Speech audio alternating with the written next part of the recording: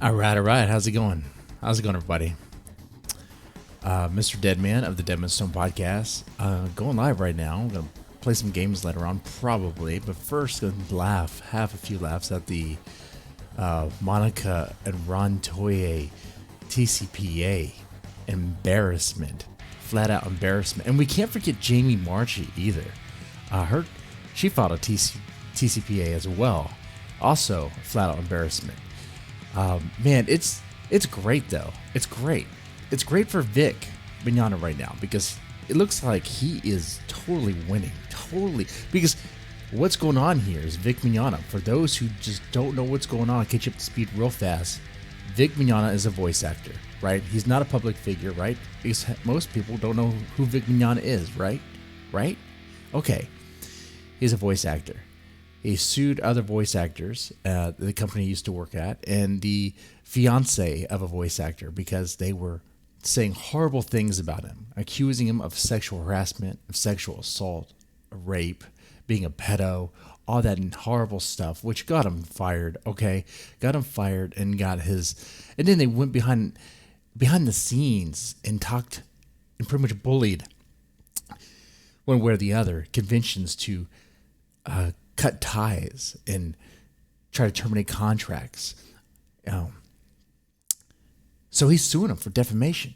They've been saying these things, saying these horrible things about him, about his character, attacking his character, pretty much tar and feathering him in the whole anime industry, right? He's pretty much ostracized, exiled out from that, right? He's a pariah now. And it's all because of them, right? I mean, that's what a defamation suit is. That's what pretty much the basis is. But instead of backing up their claims, trying to prove that their statements are actually truthful, which is one way to get out of this, right? That's what they would have to do. Instead of doing that, they provide no evidence. They provide zero evidence. You have Ron Toye, who in the face of all his tweets, of his defamatory tweets, pretends like he doesn't know.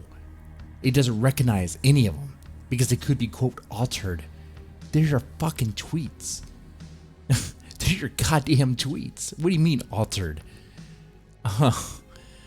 You have Monica Rial trying to force tears, but just having a hard time remembering her story, and just you could tell she was struggling to remember her story, right? How she worded it in her in the actual document, in her petition or response to the petition, because the story didn't add up. There's pieces of her story that just did not add up, and not only that, but the witness that she claims was there flat out said, that didn't happen. I have no idea what she's talking about. Right? Jamie Marchi hasn't been deposed yet. Right? I mean, that will happen soon, right?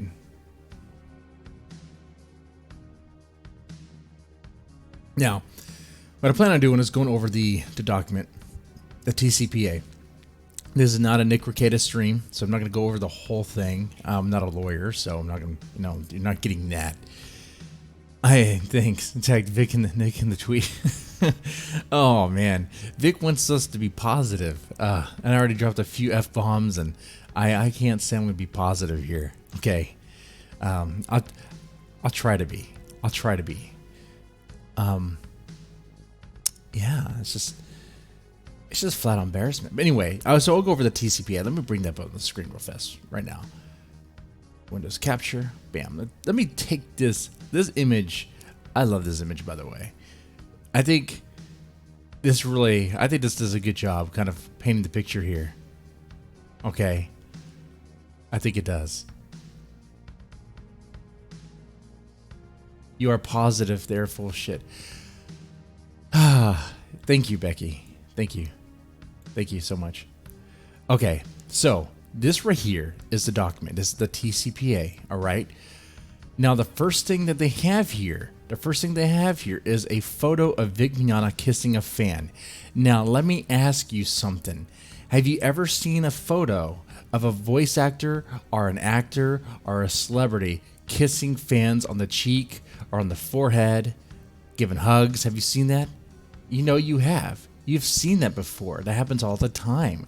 Actors, actresses, celebrities, people who have status, people who people look up to and admire and just want to be around, they do that, right? You have Barack Obama giving kisses to kids. So, but the other thing about this photo is, I believe, if I'm not mistaken, this is one of the photos that, see how they blurred the fan's face here. Well, you can actually find it not blurred very easily. And when this fan found out that this photo was being used against Vic Mignogna, she was not so happy about that. She wasn't happy. She wanted nothing to do with it. Okay? And keep in mind, this 14-year-old girl that was horribly kissed, that was assaulted by Vic Mignogna by a kiss on the cheek, she's not a witness in this case. She's not a witness at all. At all.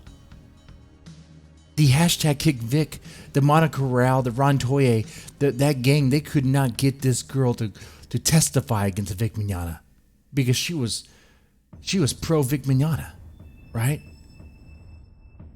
She wanted that kiss on the cheek. She was happy that she got that hug. I'm not sure if this is the one where her parents took that photo, but someone did. Someone was there to witness that, right? So right away, you have a photo that is a lie. You have a photo of a lie. That's the first thing that it starts off with. That's a great way to start. Doesn't even say her name, just says J, okay? Now, I know you want to keep victims confidential, but keep in mind, this supposed victim is not even a part of this case, is not even a witness. Okay. And then look at this. After the photo, they have questions from the deposition. Selected, cherry-picked. In fact, if you didn't even know, you wouldn't even know what this is from. Look, you see a photo in a Q, and you don't kiss children anymore. Who's asking this question? Who is that question from? What? Answer no. Another question. Do you agree with me? That's kind of creepy, right? Answer no. Right here, this is already... in their TCPA motion, they are defaming Vic right here, trying to paint him as some sort of pedo, like some sort of creeper, like some sort of Joe Biden, okay? Joe Biden didn't get consent to be smelling girls' hair. Vic Mignogna got consent to kiss her on the cheek, okay? All right? And you get that. Okay.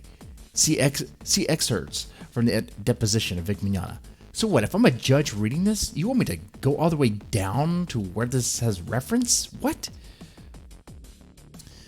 I do have some experience in the courts because of my job. And I can tell you, from my experience, judges want things pretty easy and out there to read. They don't want to have to do a bunch of homework to go through. I mean, this looks like you're trying to sway the judge in one way to think, okay, it's just over crap. This photo, man, I hope Ty Beard rips this down, tears it apart so bad. Okay, so we haven't even really gotten into the thick. We're just on page 1, and this is 530 pages. 530 pages of absolute bullshit. Blatant defamatory horseshit. Blatant false accusations that they cannot prove. Blatant misinformation, cherry picking of Vic's deposition. You got affidavits, we'll get to that. You got affidavits from people who are openly defaming him, coming out and saying this, that, and the other. But where are those witnesses? How long ago did this happen? Wait, what? The time doesn't make any sense. You're just now saying this? What? And it's not even sexual harassment. It's vague things like, oh, he just gives me the creeps and things like that. It's, you know, and when you're looking for a motive, this all happened after Dragon Ball Super Broly, where Vic Mignogna was the guy, right? He was the voice of Broly. His name was on the cover, okay? They don't like him. They were looking for a way to get rid of him. This was their moment. When Mars Girl started that tweet, started that hashtag Kick Vic, they jumped in on that real fast. Anyway, let me get through this document. All right. Pursuant to the Texas Citizen Participation Act, or the TCPA, or Act, defendants Monica Rial, Miss Rial, Ron Toye, actually it's pronounced Toye, Ron Toye. I mean, that's what he was being called in the deposition. That's a horrible last name. Ron Toye. The moving defendants respectfully request that the court dismisses plaintiff's admitted petition, the petition filed by plaintiff Victor Mignogna, award moving defendants all court costs, reasonable attorney fees, and sizable sanctions that sends the deterrent message plaintiff so desperately needs to hear. That's not going to happen. I hope to God that does not happen. The judge would have to be drunk on bars. Like, I mean, to the point to where he's like, no, there's no way that can happen. No way. All right, so it goes on saying plaintiff is a public figure. So they're right out from the bat. Okay, not only was the photo flat out defamatory, but the first thing here in the introduction, this first sentence, plaintiff is a public figure. You have not proven that. You have not proven. Vic Mignogna is a voice actor in anime.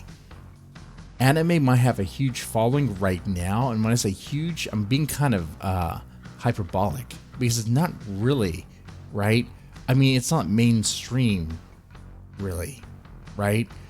I mean, it's not like your soccer mom knows what the hell a Dragon Ball is, or especially what a Broly is, or even what a Dragon Ball Z, or even Vic Mignogna. Who's Vic Mignogna? Right? So anyway, they go off trying to say Vic Mignogna is a public figure, and his lawsuit is an all-out assault on Miss Rial and Toye's right of free speech. Free speech. Free speech.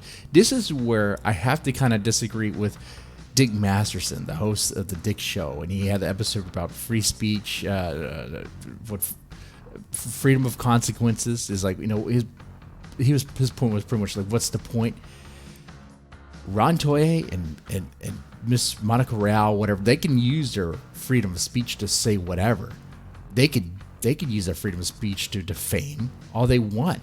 But guess what? You'll be called to task. When you're defaming someone like that and it's ruining his reputation and it's ruining his work, he can't get a job, the contracts are being cut, guess what? He's going to take you to court.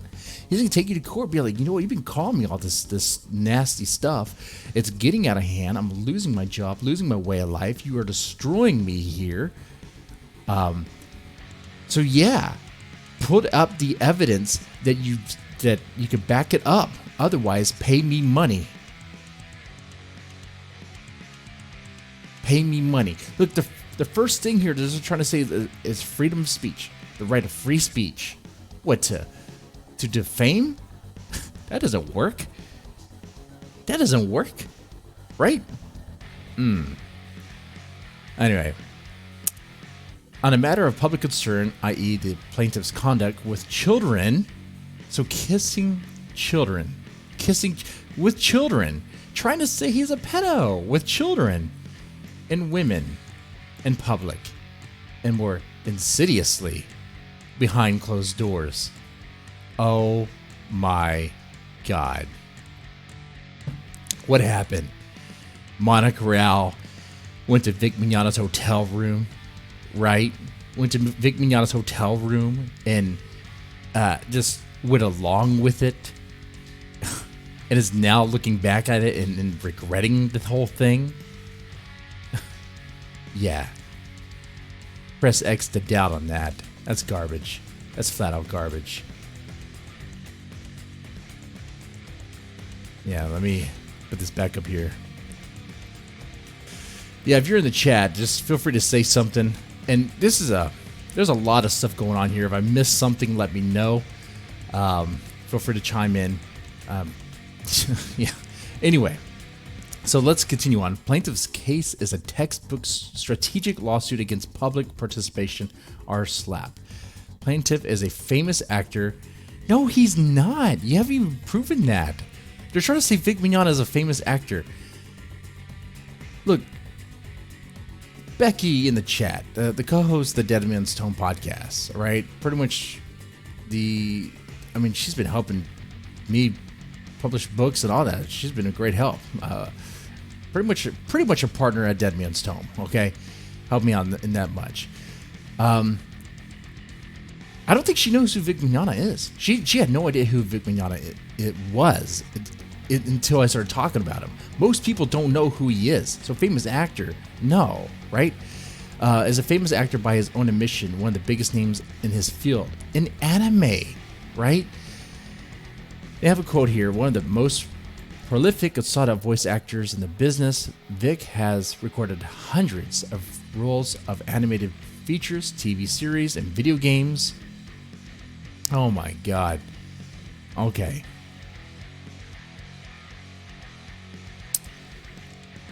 In addition to commercial and broadcast music work, Vic's supervised a wide variety of private recording projects as well, from contemporary Christian to rap. Really? Really? Okay. There's no greater music than which worships the creator of all music. Vic count. I mean, come on. Wait. Christian to rap? I think that would kill your argument about him being a public figure. What? Okay. Come on now. Come on. Anyway. Vic counts it as a great joy and privilege to lead worship at venues around the country, having produced several praise and worship albums. Okay. Who's buying those in droves, right? Worship albums? Okay. No. Public figure? I doubt. Press X to doubt on that. Anyway, let's continue. Plaintiff's fame has long insulated him from accountability despite over a decade of reprehensible conduct that has yet to be proven. Okay? Let me just go down to the argument, right? Let's go down here. Relevant factual background. Plaintiff's first known assault occurs 30 years ago. 30 years ago. Oh my God. Can you remember it? It happened 30 years ago. Except this didn't happen. This did not happen because he wasn't even at the school. Plaintiff Vic Mignogna graduated from Liberty University in 1986, taking his first job at Trinity Christian Academy. What? Okay. Trinity Christian Academy, leaving after 1 year. He also had some relationship with Lynchburg. Okay, that's the lie. That's the problem. They're trying to connect this with the Lynchburg Christian Academy. The Trinity Christian Academy is where he was employed, right? That's where Vic Mignogna was employed. But there's a certain someone out there trying to claim something happened between her and Vic Mignogna at the Lynchburg Christian Academy like 30 years ago on some sort of play production. But even the Lynchburg Christian Academy denied Vic Mignogna, even anyone named Vic Mignogna, having anything to do at that school. So, flat out lie. If you just verified your sources, you would know that this is a lie, right? He wasn't even at Lynchburg Christian Academy. He wasn't even there.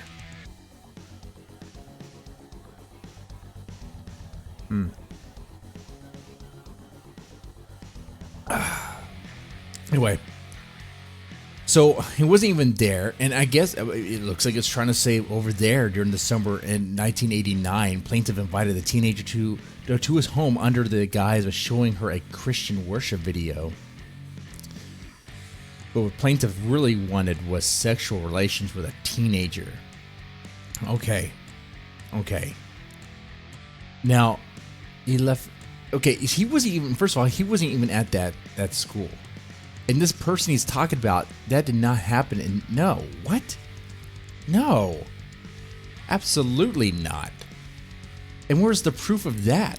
There is no proof of that. Especially when you say that they try to say that the school that he was at, that it supposedly took place at, denied him ever being there, right?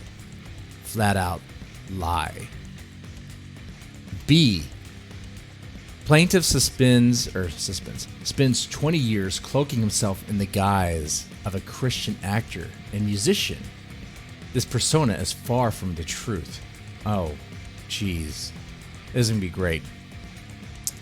Plaintiff describes himself as a voice actor who has performed the voice of animated characters for over 22 years, mainly in anime productions, with over 350 actor credits to his name. He attends approximately 35 to 40 cons every year, derives a sizable income from appearance fees guaranteed by contract with the convention producers and from signing autographs, taking photos with fans, and appearing on guest panels. Okay. Plaintiff is also the accomplished actor in front of the camera. Is he really? Because he's not. Writing, directing, and starring in an award-winning web series based on Star Trek. It's a fan series. It's a passion project. Most people haven't even heard of it. Star Trek continues. In currently filming 3 screen projects. That doesn't make you well known. I have screen projects. If that was, I am on Internet Movie Database because of a web series called Zombie Hunter. I am not a public figure. No one knows who the fuck I am, right? Plaintiff's website also states that he has produced over 20 independent albums. That doesn't make you a public figure. Does not make you famous. Plaintiff has also long positioned himself as a devout Christian. Okay, he has. And now you know what angle they're going to use. He's a Christian, but he's not a perfect Christian. Oh my God. His verified Twitter account has over 113,000 followers. Okay, that's good. And he's verified. Okay, that happens. And he has a fan club called the Reasonable Rangers. Look at this. It's envy. It's envy. They're so jealous because they don't have this stuff. They don't have the fan base, right? They don't have the followers. They wish they could be him. They want to be him, but they can't. Plaintiff's power and celebrity in the anime industry is such that few people will go on the record concerning his conduct. Oh, but they had no trouble doing it now after that main movie with him in it came out, right? Right? And after even coming out, the people that they name as a witness say otherwise.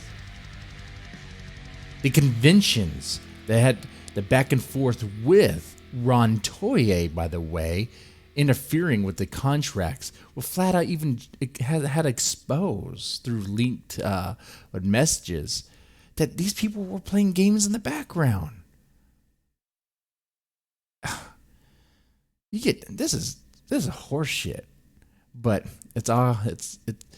keep in mind, just to remind you, the reason why they're doing this, right? All this happened because they were saying horrible things about Vic Mignogna. Vic Mignogna's suing them, right, for defamation. So you better show that what you said are actually statements of fact, because that's how you show that it's not defamatory. Instead of doing that, they're doing all this other stuff. They're trying to say he's a public figure, which he's not. They're trying to say, oh, but he's well known in the anime industry, and you know, no one wants to speak out against him. That doesn't. The question is, are those statements defamatory? Okay, and this letter right here is starting to get into it. Letter C. Those who work with him behind the scenes describe a prima donna who uses his celebrity to pursue young women for sex. Okay. Now, we talked about this before as well in one of my videos where, what was her name? The names, there's so many names. Stephanie Ironheart, Inuheart. I think she was the Jabba the Hutt in this photo. This one, the Jabba the Hutt. Okay? Jabba the Hutt.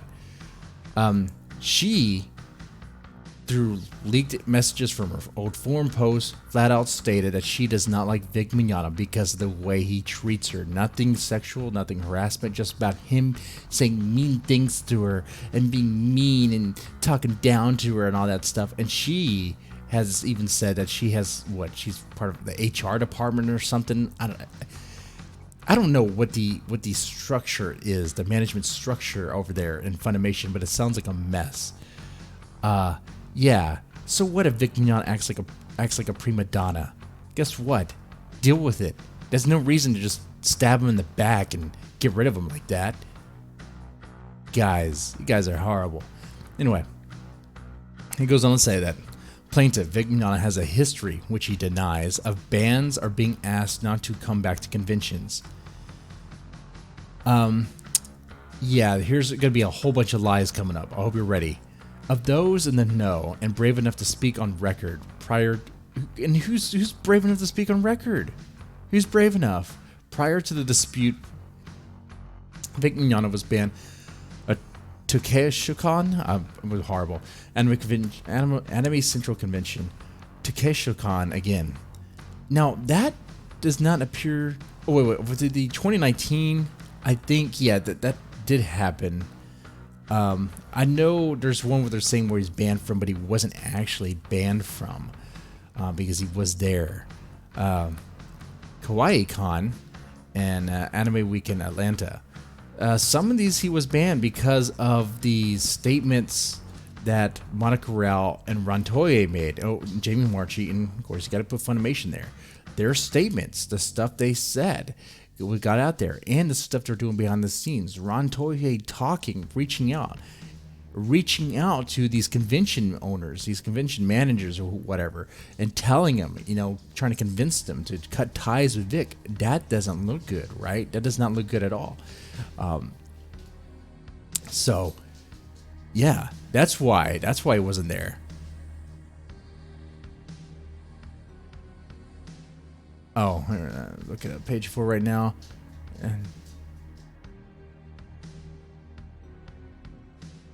Oh, you're looking at page 4 right now? I'm on page 6. Oh, God. Page 4, I've got to piss that. Oh, yeah, the newspaper clipping. Yeah, that is not a viable claim. That right there, because he wasn't even at that school. Anyway. And there was a Photoshop photo. The image. I don't think I have that saved, but there's supposedly a Photoshopped photo or image of Vic Mignogna being at that Lynchburg Christian Academy. But after lots of studies, after lots of forensics, it was determined that is definitely a Photoshop job right there. Let me not skip too much ahead. Let's see where we're at here. We're on letter C. Okay, so Toke ban in 2007. This is not true. It's particularly troublesome considering he was stalking a Japanese singer and voice actor. That is not accurate, actually. He had to move to a secret room with security detail. And this voice actor is not coming forward and saying anything about it at all. So, X to doubt about that. And okay, so this happened in 2007, right? The supposed behavior, right? Yet he was invited again. He went to Takeshocon. Maybe I'll pronounce it the right way one time. So if this really happened, where he was stalking a voice actor, and he was also caught with 3 underage females in his hotel room, if that happened, why in the fucking world did Takeshocon invite him back in later years? Why? What are you talking about? Getting caught with 3 underage females in his hotel room? What do you mean by that? These people are insane. They're insane. 3. Okay. Yeah, press X to doubt about that. Big time. Like breaking the button. Anyway. And it goes on to say, based on my personal experience, personal observation, personal interactions, and professional experience in training as a security officer, I'm aware of this statement. The person who said this, I don't think they verified who they are at all. I believe Mignogna is a sexual predator. He does not pay attention to the age of anyone he talks to. If he's attracted to you, he will make it known aggressively. Further, I observe a lot of encroachment into another individual's personal space. Encroachment is not harassment. What do you mean encroachment? You mean like a hug?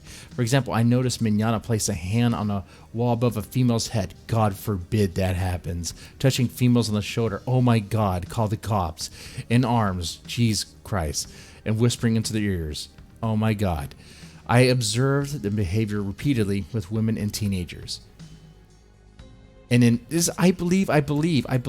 What have you seen? Don't tell me what you believe. Tell me what you saw.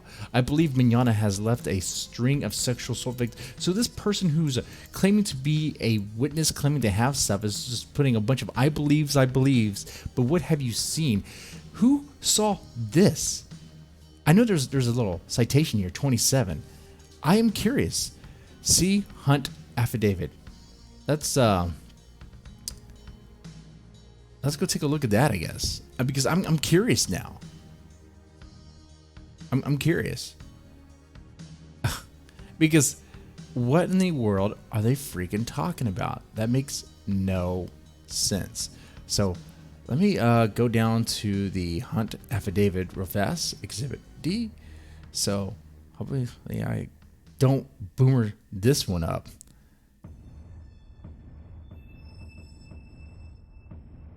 Exhibit D. No? Oh, you're not going to make it that easy, are you? Jesus. Oh my God. Would this work? No. Okay, well, let me just go to the page number, I guess. Okay. So let me go down to Exhibit D. And they have everything here. It's 530 pages. They have the Vic Mignogna's full deposition here, right? They have all these tweets. They have all the articles that use the fan images of Vic Mignogna kissing fan images that were used. They blurred out the faces and they try to use it against, like this one right here. They try to use it against Vic Mignogna when this person flat out said, "Look, I don't want anything to do with this. I gave Vic permission for that. What are you talking about?" It's crazy. These people are flat out insane. Where is Exhibit D? It's so much. It's so much. It's so much. God, I wish I had a page number for it. Oh man, this is... I'm on Exhibit 8P. Oh man. I might have passed it up. Let's just look for Hunt. Hunt affidavit and then Hunt. Okay.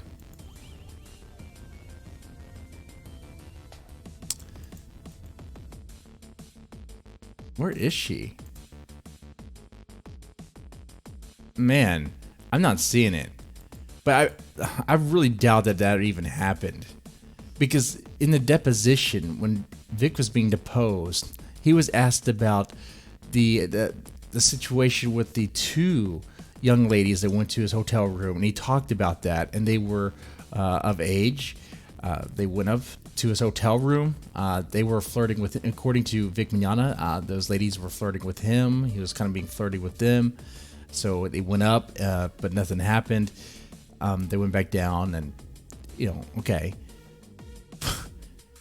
But the thing you need to know, I think what helps give confidence to this, if this actually happened, 3 underage females at his hotel room, then it could not have been sexual, because the cops would have been called, right? He would have been kicked out of the convention, right?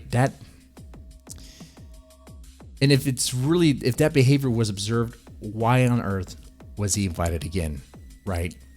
Okay. And why was nothing said? Anyway, let's continue on.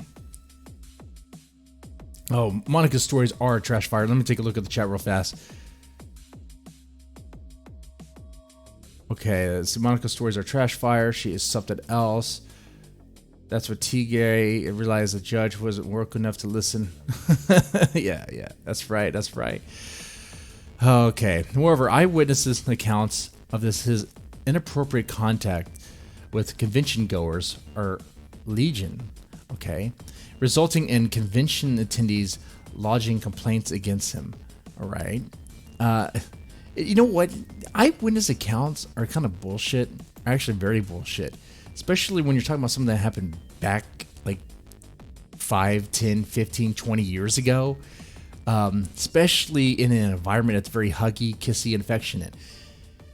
You know, one thing to say here, remember Jamie Marchi in her own statement about Vic Mignogna, even in her own statement, did admit that she works in a very affectionate environment. Like, I don't know if you've ever been to an anime convention before. I've said this before in one of my videos and also on the Deadmanstome podcast. We're talking about anime. You go to one of those conventions, what are boundaries? I don't know what boundaries are when I go to one of those conventions. It's crazy. People are hugging. It's a weird environment. And it's like, okay, the voice actors do that. They flat out admit that. It's just... Anyway. Let me focus here. Anyway, although less concerning, multiple individuals describe plaintiff as rude to staff. That doesn't concern me, right? I don't care if he's rude. Be ruder. Be mean. Anyway, contrary to public persona he has created for himself, Vic behavior reveals that he is not guided by Christian virtue. Who are you to judge, right? Who are you to judge? Are they fucking Jesus over here? D. Plaintiff assaults Monica Rial in 2007. This is the gold. This is where we get real good. Miss Rial is a rape survivor. Trying to set the stage. Trying to set it off. Miss Rial is a rape survivor. Okay. Voice actor who has worked in voice acting over the last 20 years, including with Vic Mignogna. In 2007, in Izumicon in Oklahoma City, Vic Mignogna invited Miss Rial to his room to watch a video, in quotes. That's a funny quote. And I'm not aware of this. I believe, I'm not 100%. Help me out here in the chat, okay, guys? So I understand that the video might have been like the Full Metal Alchemist fan video or something, Full Metal Alchemist, which wasn't Miss Rial in that. Like, I believe the video that he would have been showing her something that she was in. That's what I was told in the comment in one of my videos. I'm not 100% on that. Anyway, as Miss Rial was distracted by the video, Vic grabbed her by the arms and began aggressively kissing her, pushing her onto the bed, climbing on top of her, and continued to aggressively kiss her while holding her down. Notice aggressively kiss her. What did she say in the deposition about this? What did she say? She did say Vic Mignogna did kiss her. Did she say, dude, don't kiss me? No. Did she say, whoa, man, stop? No. Did she say anything to tell him, to give him a signal she did not want it? No. And I've said this before, and I'll say it again. Ladies, and gentlemen too, by the way. We're not mind readers. If someone's going in for a kiss, going in to make a move, and you don't say no, you don't say stop it, you don't give us any indication you don't want it, how are we supposed to know? We can't read minds. If you're not even pushing, not even trying to get out of the room or something, or just say no, right? She didn't even say that in her statement. In her own statement in the deposition, she flat out said she just went along with it. Just went along with it.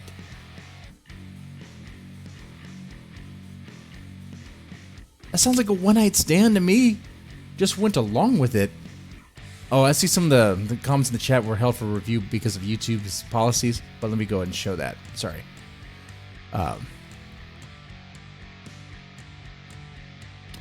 Oh, someone in the chat. Look at that name. Yeah, Vic is a child predator going to... not a single police report. Yeah, you're right. Not a single police report. Not a single police report. Nothing. I'm liking your guys' reactions. I'm liking this, by the way. I'm liking this, by the way. Oh, Thank you so. That was not even expected. Thank you so much for the super chat. $5, Mr. Deadman. Are you aware Jennifer Lynn Hunt, a friend of Mars Girl? Oh, she is a friend, isn't she? In the Kick Vic movement is calling Ricada Law anti-women, trying to Me Too him.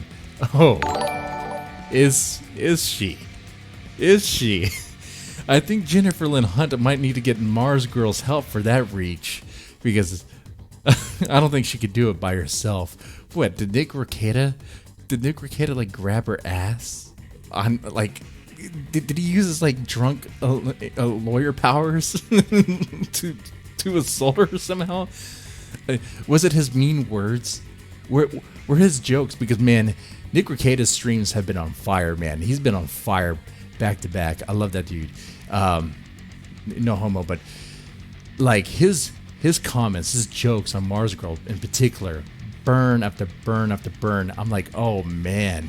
Oh, I'm not surprised. I'm not surprised. Thank you so much, Era Creator. Thank you so much. Anyway, notably that this is the same tactic that plaintiff employed in 1989, which was a lie. That claim was, that 30 years ago thing was flat out freaking lie. Out of fear for herself and her career. A fear for herself and career. Look at that. Miss Rial chose to remain silent until it became clear that plaintiff had no intention to curbing his predatory behavior. Oh, I'm sorry. I thought we were still there at the scene. Because at the scene, she was remaining silent and just went along with it. See, they didn't put that there in this TCPA. They didn't put that there. That'd be great for Toye to bring up. Wait a second. Didn't Monica Rial say she just kind of went along with it? And now she's looking back at it and regretting it? And then she names a witness, a Stan, a guy named Stan, who flat out said that that didn't happen. And if it did, I wouldn't have had invited him back. What are you talking about? Taking crazy pills over here. Flat out lying. Letter E. Plaintiff tries to force himself on Kara Edwards. Kara Edwards. You know, for Kara Edwards, I think we need to watch something. You on the mood to watch something? I want to watch something. Okay? Let me show you Kara Edwards. Let me show you Kara Edwards and Vic Mignogna's interactions. Okay? This video has Kara Edwards and Vic Mignogna in it. Okay? And after you watch this is in 2008.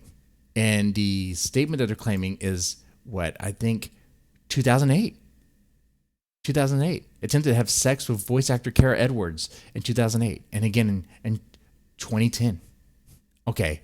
So let's watch this together. There's no audio for this because it's playing copyrighted music. So we're just going to watch it.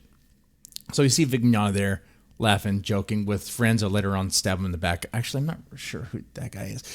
But that's Kara Edwards over there. That's Vic Mignogna behind her. Kind of mess with. Oh, look, she reaches for his dick. Right? You saw that, right? She reaches for him. Let's see. Okay. Turn around. And she reaches for what? His belt? Well, what is that? Flirtatious behavior? What is that? Give and take? Flirtatious behavior? Now, what does she do? What do you think she does? This is the person who's going to claim that Vic Mignogna tried to assault her. Okay. What do you think happens? Do you think that they... Oh, that's her right there, right? Oh, wait. She offered him a dance, a tango, in which they're doing it right now. They're very close. Okay. All right. Yeah. I would very much believe that the conversation after this dance would be, hey, want to come to my hotel room? Right? Right? Oh, but there's more. Context is key. And remember what I said about the environment at these conventions. Check out what that fat ass does in the middle with the hat. Check out what he does. He starts giving dollars to Kara for dances or something. So Kara Edwards has no problem being a, I guess, a stripper. Let me skip ahead a little bit. Okay. Where is it at? I think it's over. Where is it? The fat guy starts dancing. I think right here. Where are you?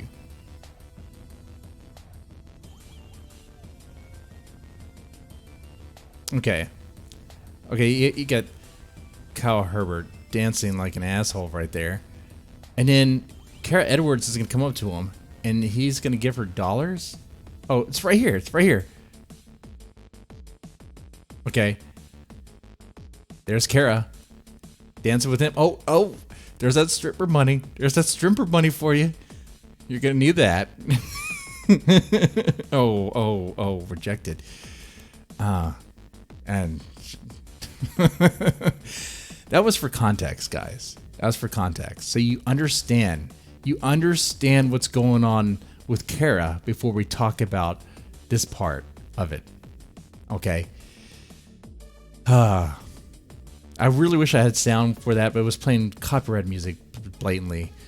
So it is what it is. Anyway, so plaintiff tries to force himself on Kara Edwards. Really now. Vic Mignogna assault of Miss Rial is similar to plaintiff's attempt to have sex with voice actor Kara Edwards in 2008, then again in 2010.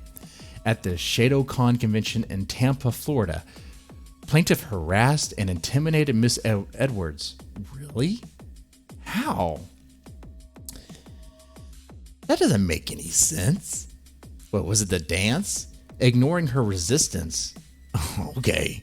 In his own pre-existing relationship. Yeah, Vic Mignogna, even his own deposition, had admitted that he had many mistakes. One of his mistakes is that, yes, he had a fiance, he was married at one time.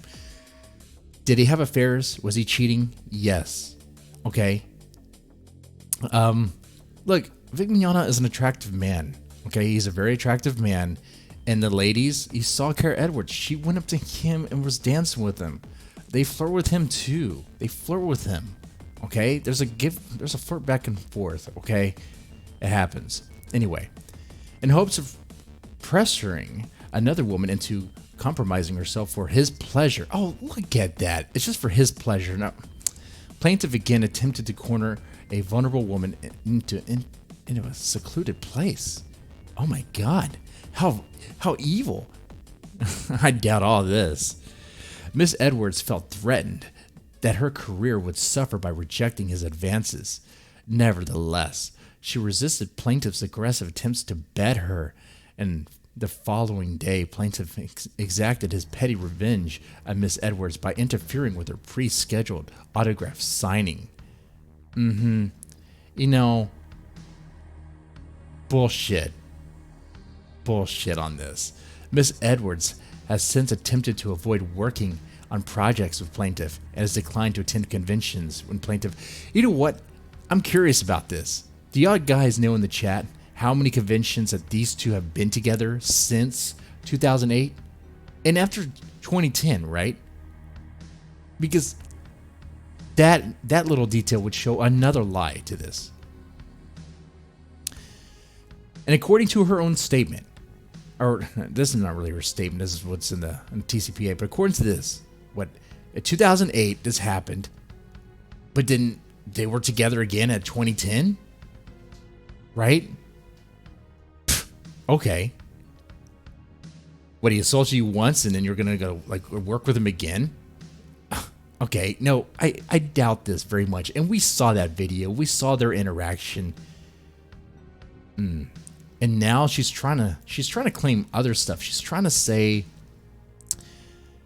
let me show you something. She's trying to lie. She's trying to say something else. Let me pull up a tweet real fast. Is it this one? I think it's this one. No. Oh, it's a lot of material, guys. Okay. It's this one right here, this tweet. Okay. I know you can barely read it. But the person that she's responding to is referring to the dance video we just watched, right? And then Kara Edwards responds, "I knew this was coming, so I invite you to read my affidavit. The video was prior to the incident in 2008. At this moment, I had no idea what would happen hours later after the dance." Okay. You know what it sounds like to me what happened? But if you want to take all these stories for any grain of truth, the only thing, right? Possibly, do I believe that Vic Mignogna probably tried to hit on Kara Edwards? Probably. He probably did try to hit on her, right? I mean, why wouldn't he? I mean, based on what we saw in that video, it looked like, hey, she's into me. Why not? And that's it. Boom. Because Jamie Marchi and Monica Rial, if we want to believe their statements, also complained that, oh my God, he hit it on me. He flirted with me. What, a man can't flirt anymore? I mean, we know that to be true. This day and age, 2019, you can't flirt. Flirt is rape. Right? Anyway. I think I'm slower at this than Nick Rekieta. Holy hell. Jesus. And I'm not even drinking. I just have coffee and water. Anyway, plaintiff has a decade of admitting infidelity in consensual sexual activity in the anime industry. Yeah. Okay. So he has infidelity. You know what's funny about that? That has nothing to do with why these people are being sued. His ability to be faithful to his wife or to his fiancée has nothing to do with the statements that Ron Toye and Monica Rial and Jamie Marchi and Funimation made.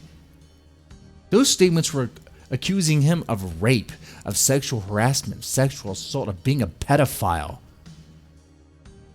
And he's taking them to task, taking them to court, put up or shut up, pay me the money, right? But they want to change the conversation. Oh no, hey, let's confuse it all. Let's make it all mucky and confuse the judge with his infidelity. If I was a judge reading this, I'd be like, what the hell? Like, what does it have to do with the case? Like, I don't care about him being not being faithful.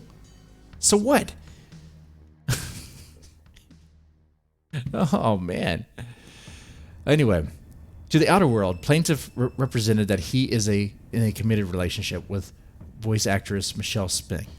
Not only did they live together, they were engaged in 2010. During this time, plaintiff assaulted Miss Rial. That's not assault if you just go along with it, right? Right? Anyway, tried to have sex with Miss Edwards on 2 separate occasions. See, there you go. So he hit on Miss Edwards. Okay. So what? That's not assault. That's not rape. That's not even sexual harassment. That's just asking someone out. That's just making a move. You can do that. You used to be able to. You can't do that anymore. But it's weird. Okay, for you guys in the chat, if you have a girlfriend or fiance or wife, how did y'all meet? Did y'all meet at the workplace? I mean, that's how I met my wife, at work. Hell, that's how I met a bunch of people at work, It was a call center environment. I'm not going to go into the whole details, but yeah, you should be able to. But not anymore. Not anymore, right? Because they could just call those advances assault now. Anyway, let's get to this list. C. Solicited sex from a prostitute. What does that have to do with Ron Toye, Monica Rial, Jamie Marchi, Funimation calling him a pedo, calling him a rapist? So what if you hired a prostitute? He's giving a woman money. He's helping a girl out who had some daddy issues. Something happened to her. I don't know what happened. He's paying. Okay? What the hell? Solicited sex from the prostitute. Who hasn't done that? I'm not going to go into that detail either. Try to have sex with 2 women related by birth. Oh my God. Look at this. they're really trying to use this. They're really trying to use try to have sex with two women related by birth at the same time during a convention. This is embarrassing. It was embarrassing when Mars Girl said it, and it's embarrassing now. Yeah. What? No, not at the same time. But even if he did, what? Doing twins at the same time? Doing Austin Powers? It's not like the girls are having sex with one another. Is that a fantasy that some men have? Sure. Is it a fantasy that some women have? Ladies, some of you ladies do have fantasies about brothers fucking you at the same time. I'm not talking about black dudes either. Sometimes I guess that happens too. Brothers that are brothers. But E had at least one ongoing sexual relationship while engaged to Miss Speck, which has nothing to do with any of this stuff. Made mistakes during engagement with Miss Speck somewhere between 5 and 50 times. Oh my god. And that's based on the deposition. I can't even do a Lemoyne impression. Oh my god. I cannot do that. Two black brothers. I gotta cover all my bases, you know? You don't want to know about her sex life. I want Monica's sex life question in court. I do too. You know what? Chicken Speed, you're right. Vic Mignogna's sex life was explored thoroughly.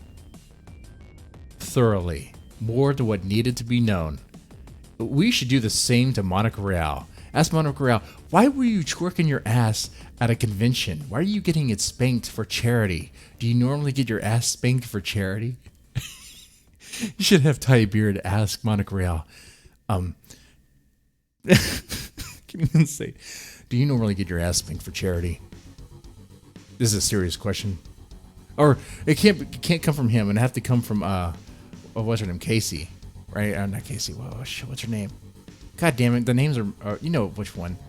One of the Amazons. God damn it. Not Casey. You know who I'm referring to? One of the Amazons. She would do it, and it would be so great. It would be the best thing.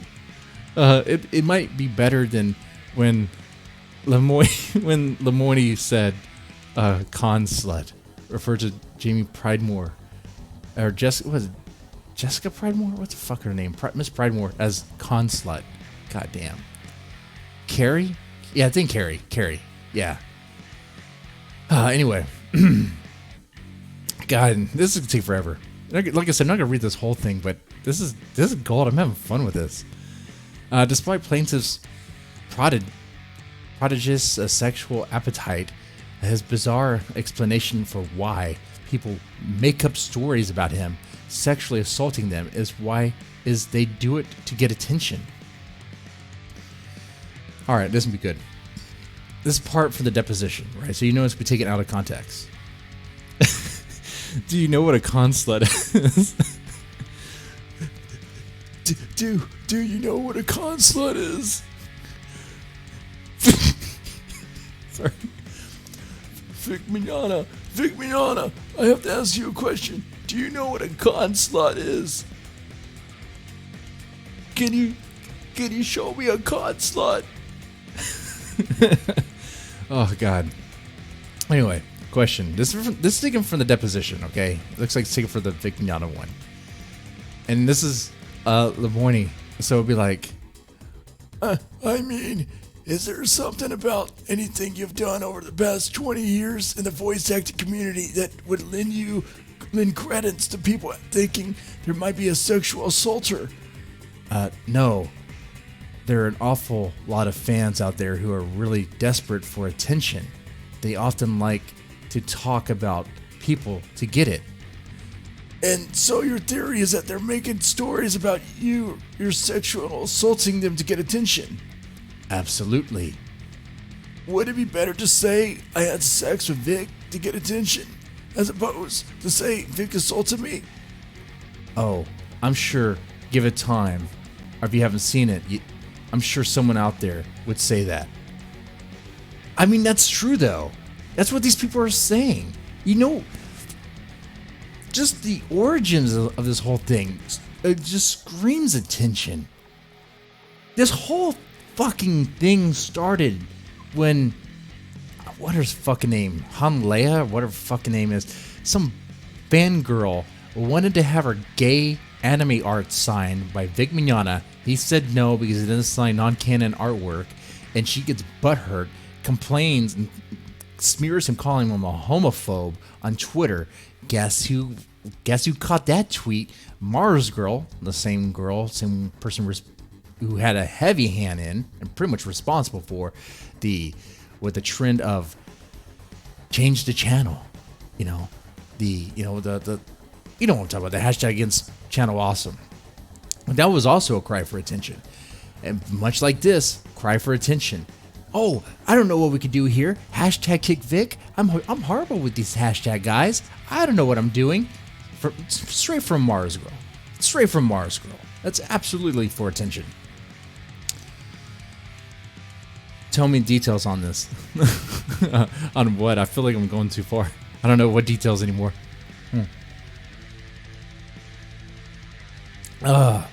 Anyway, it has become clear to Miss Specht that Vic lied to her throughout her 12-year relationship, and that he used his fame and attendance at conventions to pursue sex with as many of his young fans as he could.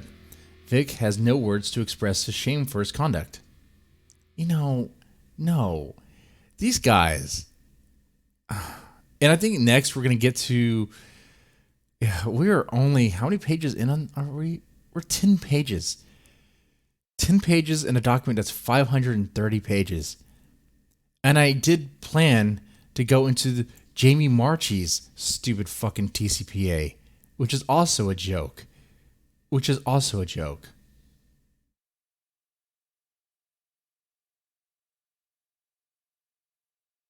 But, you know what? To speed things along, okay, we're not going to get through this whole thing. Okay, there's a bunch of stuff. Let me just get through part of this, the gold stuff, and then we'll go to Jamie Marchi's because there's something there that's pretty good. Anyway, let's go down here. Plaintiff weaponizes fan base and issues several self-serving statements to spin the narrative in his favor. God forbid.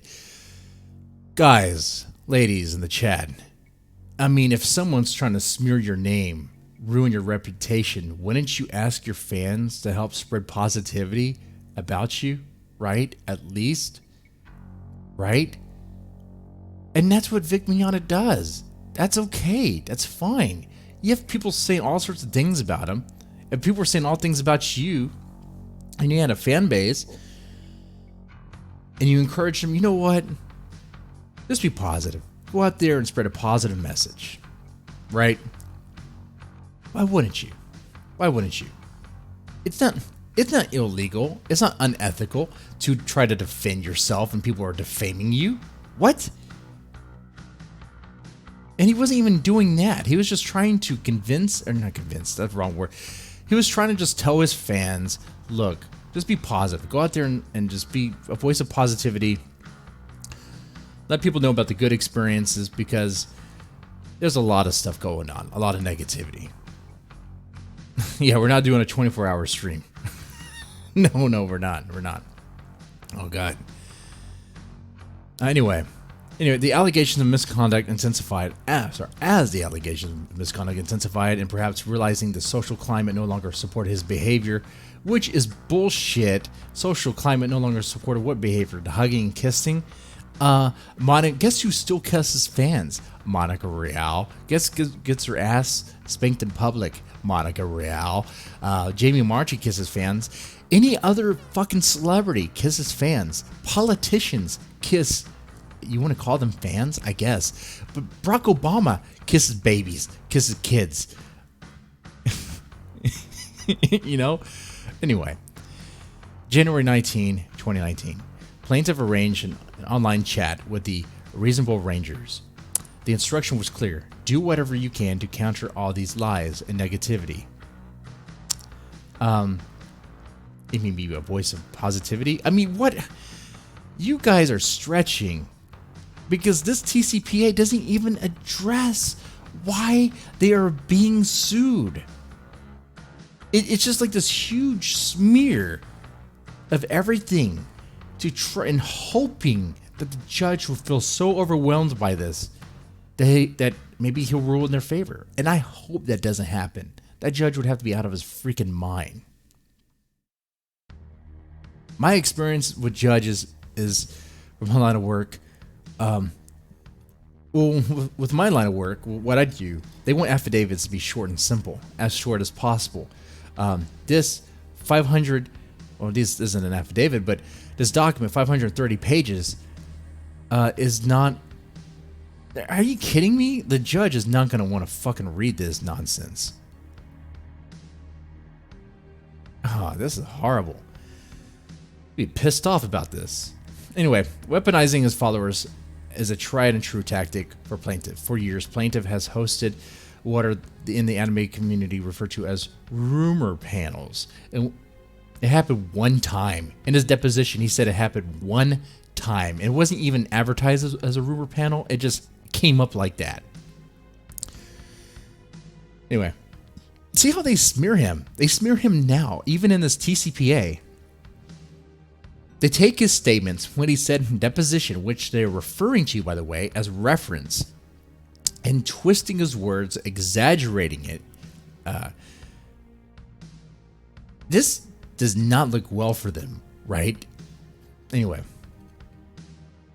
For example, in July 2016, plaintiff told the ensemble fans at Animazing in Davenport, Iowa, that women who made allegations against him are merely unimportant people seeking attention that do stupid, mean-spirited, hateful things just to get attention. And you know what? I'll say this too. Women that do say that just make bogus allegations, are unimportant people. And that happens. That happens. Yeah, defending from rape accusations is spinning narratives now. Yeah. Which, you know what? A lawyer's job is to defend, right? And the other thing is, with my line of work, so I do investigations or family investigations. It's like anyone can make an allegation on anybody for any reason at any time. Just because someone makes the allegation does not make it credible. Just because it comes from a priest, a cop, a fireman, or whoever, it doesn't make it any more credible necessarily. What does make it credible is evidence. You know what? Not even if it's coming from a cop. Because with my line of work, my experience, I had it where an officer told me all this stuff. Like, they found the mom and the child at a dope house. There was drugs all over the place, all this stuff. And they were going to do a raid later that day. It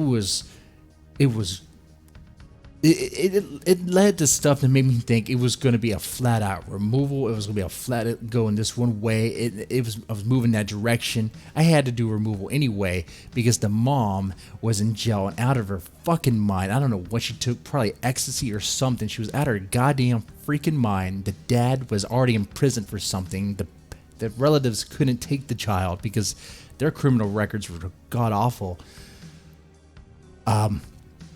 So I had to do something there, and but what I'm getting at here, so the officer was telling me all this stuff, right? And that officer made the report, and it had the allegations in there, had these allegations, but half the stuff she said wasn't even true, because all the mom was arrested for was public intoxication, and in the police report, when I finally get that. All I said was public intoxication. That's it. So even from an officer, my point is, no matter the source of the allegation, it doesn't matter who's saying it. It's just an allegation. That's all it is. It doesn't make it credible. I don't care if it's coming from Jesus or God himself. There better be some evidence backing that up. That might get me struck, but you know what I'm saying. Anyway, sorry. That was an aside. Anyway, back to this. All because they wanted someone to notice him. If somebody was sad and lonely and felt unimportant enough and was so desperate for attention that they thought, I'm going to say something about somebody that a lot of people knew just to get some attention. That happens. People do that all the time. You even see that in the Me Too movement. I'll flat out say that. What was that chick's name? The Charmed Girl. She was in Charm, McGowan, whatever, Rose McGowan. She had no problem taking Harvey Weinstein's cock when she was getting roles. The moment she stopped getting roles and the moment she turned on him. Why? She had no problem when she was getting something. So same for a lot of them, right? For a lot of them. They weaponize that stuff. There's even a whole book on that. There's a book out there you get on Amazon. What is it called? Damn? How to Destroy All Men? How to Destroy Man. Women have that power, man. They could just make all sorts of claims, put it out there publicly. Anyway, on January 19, 2019, he sounded the call to arms for the Reasonable Rangers. Plaintiff explicitly refers to his hugging and affectionate demeanor, arming his supporters with what continues to be his main defense. His accusers are desperate liars. They are. And that's the point of the suit, is that they're fucking lying. So where is the evidence? So far, what you said in this TCPA is there's hearsay. There's hearsay, and you used your evidence in the TCPA. Their evidence in the TCPA is coming from the deposition and affidavits based on hearsay. Where are the witnesses? And the one witness that Monica Rial mentioned flat out denied. So what is it? And half of these claims in these other affidavits are based on flat out fucking lies that can be found out very easy with just some armchair research. It shouldn't be that easy to where you could just go to Kiwi Farms and be like, oh, okay, so that's the truth. Okay, that's what's going on here. Okay, it shouldn't be that easy, but it is. Oh God, they're gonna lose, right? I mean, Monica Rial is gonna get her ass handed to her. All right, so let me shift gears to Jamie Marchi, right? Let's shift gears, Jamie Marchi. How's the stream doing, by the way? You guys enjoying this? I try to keep the sides to a minimum. Believe it or not, I try to be focused a little bit. But let me go to Jamie Marchi real fast because this is embarrassing too. Jamie Marchi's part of this, right? And Jamie Marchi said some damning things too. Let me pull, before we go to Jamie Marchi, let me pull up some old Jamie Marchi tweets, right? So we can remember what this is. Now, let me do some digging because it's here. Let me get this. Vic Mignogna. Old Jamie Marchi tweets. What's this? Oh, what's this little tweet here?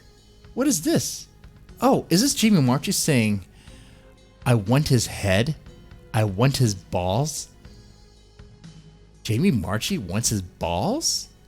This is in reference to Vic Mignogna. Okay. You want Vic Mignogna's balls in your hand? That sounds like sexual assault to me. That sounds like sexual harassment. That sounds like a threat. You got a Jamie Marchi. I don't know if she's Landwell status, but she's definitely oink oink piggy, Piggy, Miss Piggy over there. You have her little pig hands trying to grab your balls.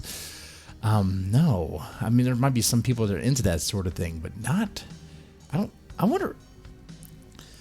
Yeah, so that's Jamie Marchi. And remember, she tried to dodge process, right? She tried to dodge being served over and over again. And finally she was. It was a huge ordeal. But, so, enter TCPA. Standard stuff. You have the opening here. Plaintiff's lawsuit, Vic Mignogna's lawsuit, is an unabashed ploy to quiet his victims and is the precise scenario the Texas legislature sought to prevent when it enacted Texas Citizen Participation Act in 2011. Is it now? I don't think so. They weren't talking about defamation, right? No. Once again, they're using the argument of free speech. Oh, free speech. Okay. You have free speech, all right. You have your First Amendment right. but not without consequences.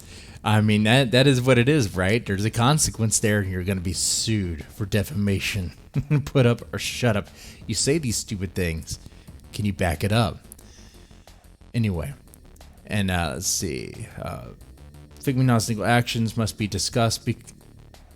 Must be dismissed because Jamie's complaint of statements are protected by her constitutional rights of free speech and association. Vic is a public figure, which they have not proved yet, because Vic cannot put forth clear and specific evidence of each element of each of his claims against Jamie. They don't have it. They don't have to do it for each. They just have to do it for at least like one. That's it. What they're talking about are the tweets and the statements, things like that. Jamie therefore asked the court to dismiss plaintiff's claims against her in accordance with the Texas Citizen Participation Act and to award Jamie her attorney's fees, costs, and sanctions to send a message to abusers across Texas that they cannot use Texas judicial system to intimidate their victims into silence. Oh, okay.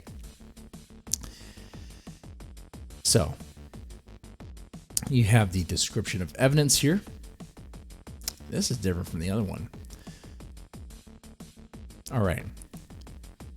You have the procedural history here. We'll go and this was, establishing what we already know about Jamie Marchi and Vic Mignogna. I was about to say Monica Rial. All right. Approximately 2011, Jamie worked as a voice actor for Funimation Productions LLC. On one occasion, while at Funimation headquarters in Flower Mound, Texas, Jamie was waiting in the lobby when plaintiff Victor Mignogna, why did he do plaintiff twice? That's weird. That's weird. Approached her, considering, let me read this story in Vic Mignogna's voice when he did it, okay?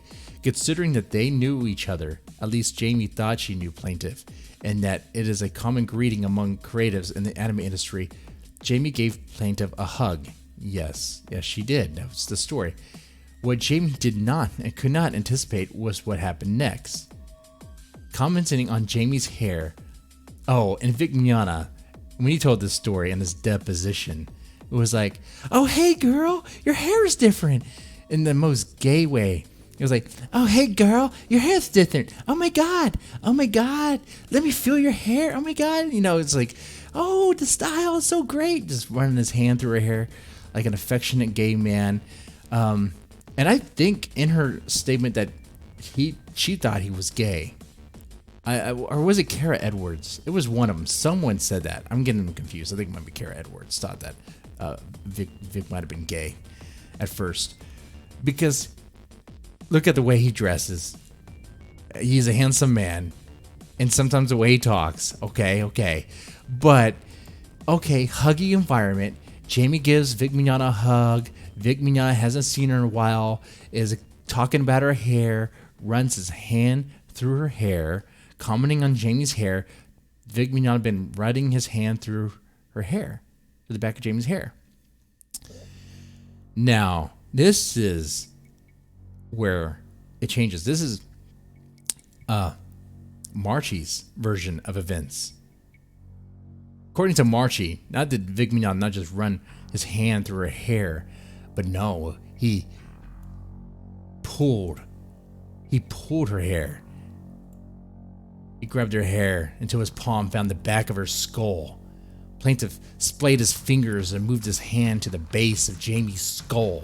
Look at the way it's written. After which, he clenched his hand into a fist, grabbing her hair at the roots and jerking his fist, yanking Jamie's head backward. In a lobby. In the Funimation lobby, where there would have been a receptionist or someone else there, right? Having control of Jamie, plaintiff then pressed his lips to her ear and whispered something sexual to her. Something. Look at that. You don't even know what he whispered. It was something sexual. Jamie doesn't remember the specific words Vic Mignogna spewed at her that day, but she very much recalls the way she felt violated, out of control, and intimidated. Oh my god, it sounds horrible. It sounds horrifying. But It's just running your hand through her hair. Oh my God. And giving comments on your hair. God. And she even says here, she even says they work in a very affectionate environment. I think it's in this statement here. Let's see.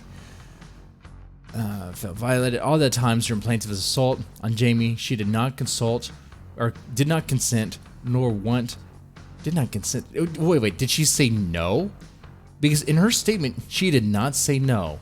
Look, ladies, I think you have it confused, and gentlemen too. Okay, in case someone's hitting on you, like it's when someone's making a move. Most of the time when sexual advances are done, or any sort of casual, I guess, the hug, a kiss, or running hand through hair is done, it's just done. Sometimes permission is asked, sometimes forgiveness is asked. It's like if you're hugging someone you haven't seen for a while, maybe they felt uncomfortable about the hug. I don't know, but what? It's crazy. It sounds insane. Like, what I'm saying is, if you don't say no, if you don't push away, or say you're not into it or don't want it, I mean, it's like, what, not mind readers. And you're not even talking about something sexual. You're talking about hair. You're talking about a hand through hair over here. That's not even rape. That's not even sexual assault. That's not even assault. The way they describe it sounds like it's violent. But it's not even. If it was, why the hell was she still working with them? Why didn't she file a police report? Why didn't she call anybody, tell anybody? It's so much. Shocked and stunned by what plaintiff had done to her, Jamie never felt safe at Funimation again. Really? Because there's videos and photos of there's photos of Vic and Marky together, and they're smiling and happy. Considering that plaintiff is one of the most ubiquitous voice actors in the convention circuit, Jamie felt that nobody would even believe her. She told her story. Oh my God, trying to make it seem like some sort of Weinstein conspiracy here. Oh, like countless victims before. These people, when you are in that sort of affectionate environment where you're hugging and kissing, like, okay, it's right here. This is her statement. This is her statement right here. Several years ago, I was in the lobby at my job when I was approached by a coworker. This guy gave me the creeps already. He gave most all the women at my job the creeps, but I always felt like I had to be nice to him anyway because of how revered he was in the industry. We hug a lot, and on occasion, we give a kiss on the cheek. But even for an affectionate environment, this felt off. See, she even says it. Even in an affectionate environment, they have an affectionate environment. This felt off. Did it really? Did it feel off? What? What about all the other times you gave hugs and kisses on the cheek after this? Because you did it afterwards too. I mean, this stuff is crazy. These people are trying to equivalent hugs and kisses on the cheek to assault. Oh my God. And then Jamie Markey is flat out on Twitter with the reason why she's being sued for defamation is she's saying that Vic Mignogna assaulted her, sexually assaulted her. Where's the sexual assault? Because even in her statement, there's nothing here that is sexual assault. Nothing even close. Nothing. Nothing at all. And that's why she's being sued. Oh, man. Let me get some water. I'm sorry. The stupidity of all this. He raised me when he pulled my hair. It's horrible. But look at this here. Okay, so they're going to say many of the statements complained by plaintiff by Vic Mignogna in his April 12, 2019 takedown letter to Jamie neither refer to plaintiff nor contain any statement of fact. These tweets here. The February 6, 2019, 9:05 p.m. Missing elements, reference to plaintiff, statement of fact. That is this right here. That's what they're talking about. Time stamped and everything. February 6, 2019, 9:05 p.m. Yes, you don't see Vic Mignogna's name here, but she's replying to someone talking about Vic Mignogna. Okay? And I guess they're hoping they have a judge that has no idea how Twitter works. But the judge that they have has an idea how Twitter works. So this is not gonna fly. What? Are you kidding me? Okay. And then you have the other ones. So February 7th, 2019, also no reference. Let me see if I have that. I don't think I have it that organized. Let's see. I'll pull it here. Maybe get this one. It might be this one right here. Let's see. I'd be surprised if it's that organized. Let's see. Let's see. This is February 9th, 2019. Kind of evidence. And I asked you at one point, with my hair being yanked back, with my head being pulled so far back I couldn't move. If that happened, why were you still working together? Why were you still good with him? Why were you still hugging him afterwards? Why were you still going to conventions and hugging him and giving kisses after that? Because you were afraid? You were afraid? Did you tell him no and stop it? You gotta tell people no and stop it if someone's messing with you. Otherwise, how are they supposed to know? Right? Right? God. Horrible. Horrible. And it's not even sexual assault, and that's why she's being sued. She's being sued for defamation. And let me see if it's this one. It's so many. I'm not gonna go through all of them. This can't break the realities of time and space, but have you been rational included a preponderance of evidence, number of accusations, history of accused? Preponderance of evidence. Allegations are not evidence.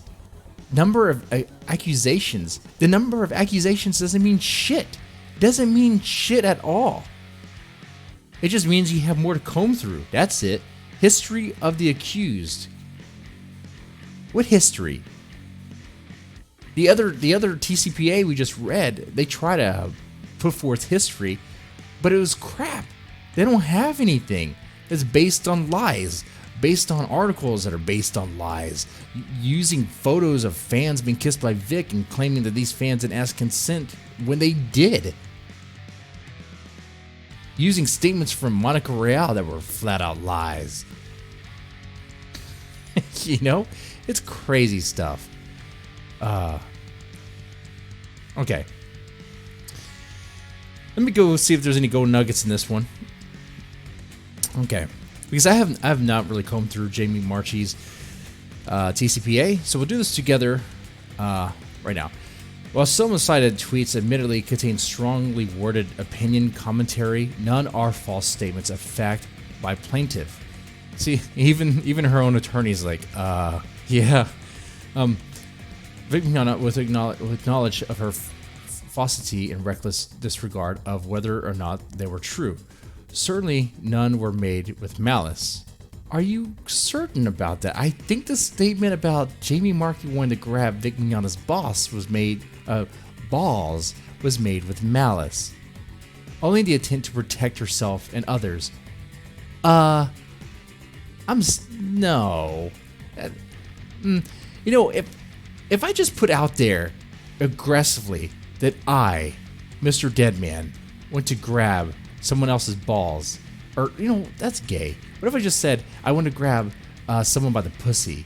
Well, you know, if Mr. Deadman said that he wants to grab someone by the pussy, that would be seen as assault, right? That would be seen as a weird statement, especially if we put someone's name there, right? It'd be like, what's going on with that? Oh, what's going on with that, right? So, yeah. Yeah, that statement would be made with malice. That tweet she said, where Jamie Marchi said she wanted to grab Vic's balls and squeeze and take his heart out and shit like that, or rip his balls off, that is made with malice. Anyway, the sole statement by Jamie that contains any statement of fact referring to plaintiff that is susceptible to truth or falsity was born of her need to tell the truth about what plaintiff did to her. The truth, huh? Let's see about that truth. We have two statements, two stories of that one story, right? We don't have any other witnesses. So we have he said, she said. We have no other witnesses to back anything up. No camera footage. They don't have a camera in that lobby, dude. No, Funimation wouldn't be able to afford that. Yeah, you're not. You don't have anything there. You have nothing. You can't do anything with that. Anyway, and I'm like, oh my gosh, I love your hair. And she's like, I know, I just got it. And I walked around the counter, and I was like standing there, kind of flipped about it. And this is Vic Mignogna's statement about the event. Oh my gosh, it's like really beautiful. I love it. And I put my hand up on the bottom of it, and I'm like, oh God, this is so great. See? Though the camera veered slightly to the right just before, plaintiff even gestured on the camera about the type of grasp he had over Jamie. Oh, you mean he grasped a strand of hair and pulled it down? Like, I have a daughter. You could do that when you're filling hair. What are you talking about? These people are dumb. Vic Mignogna had the audacity to interpret how he thought Jamie should have felt. It was not painful. It was not hurtful. It was not sexual. And it had happened at least 4 or 5 years ago, maybe even longer. I think Vic Mignogna can perceive pain. I mean, I think most people can. Like, if you slightly pull someone's hair, pull is a weird word. If you stroke, that sounds sexual. If you feel someone's hair with your hand, right? That's not going to cause pain, right? Right? We're not talking about ripping her hair off. It's not a fight. It's not a street fight here. Anyway, if they're just trying to paint him as some mean man, some mean, bigoted, misogynist, evil man just trying to tell Jamie how she should feel. I don't think that's going to work with this judge. He's going to get that out of here real fast. Vic Mignogna objects to Jamie's characterization of the hair pulling incident. His appropriate course of action would be to not have pulled her hair in the first place. That's stupid. That's making an assumption there. Look at that. If Vic Mignogna objects to Jamie's characterization of the event, then why did he even do it in the first place? He did it because he liked your hair. He was complimenting. Some people do that, and like she said, they work in a very affectionate environment where they hug and they kiss. And he was like, oh my God, let me check your hair. Some people do that. They do that. This is bolstered by plaintiff's own admission that the individuals can perceive the same situation differently. That happens, yes. That's a fact of life. And that Miss Markey could have perceived her hair being pulled differently than the plaintiff did. That is true. But it's not even sexual assault. Not even. And it's not even assault. You can't say it's assault because we don't even know if it even happened the way that she said. And if I was to be totally honest here, I don't even know if it even happened the way Vic said. All I know is that it happened, right? If we want to be fair, all we know is that it happened. It sounds like the hair is just being felt. Big deal, right? God, that's horrible. I mean, if you're going to look at this with a non-biased opinion, like a judge, hopefully, right, non-biased, it is like, what do you do with that? It's like, okay, is there any evidence? Right? All right. Application of the TCPA, Chapter 27, Civil Practices, the date of filing legal action. This stuff is like technical stuff. Kind of get through this. That's more like Nick Rekieta's thing.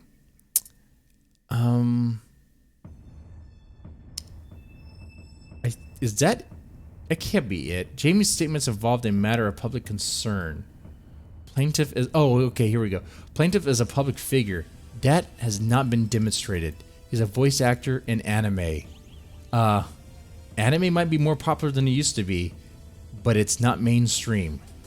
Okay? While a lot of kids are watching Naruto and whatever, One Punch Man or whatever, your soccer mom and probably the jurors don't know what anime is. And if they do know, they probably don't know who Vic Mignogna is.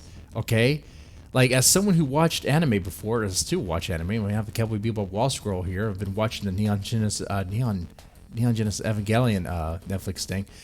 I don't know who the voice actors are.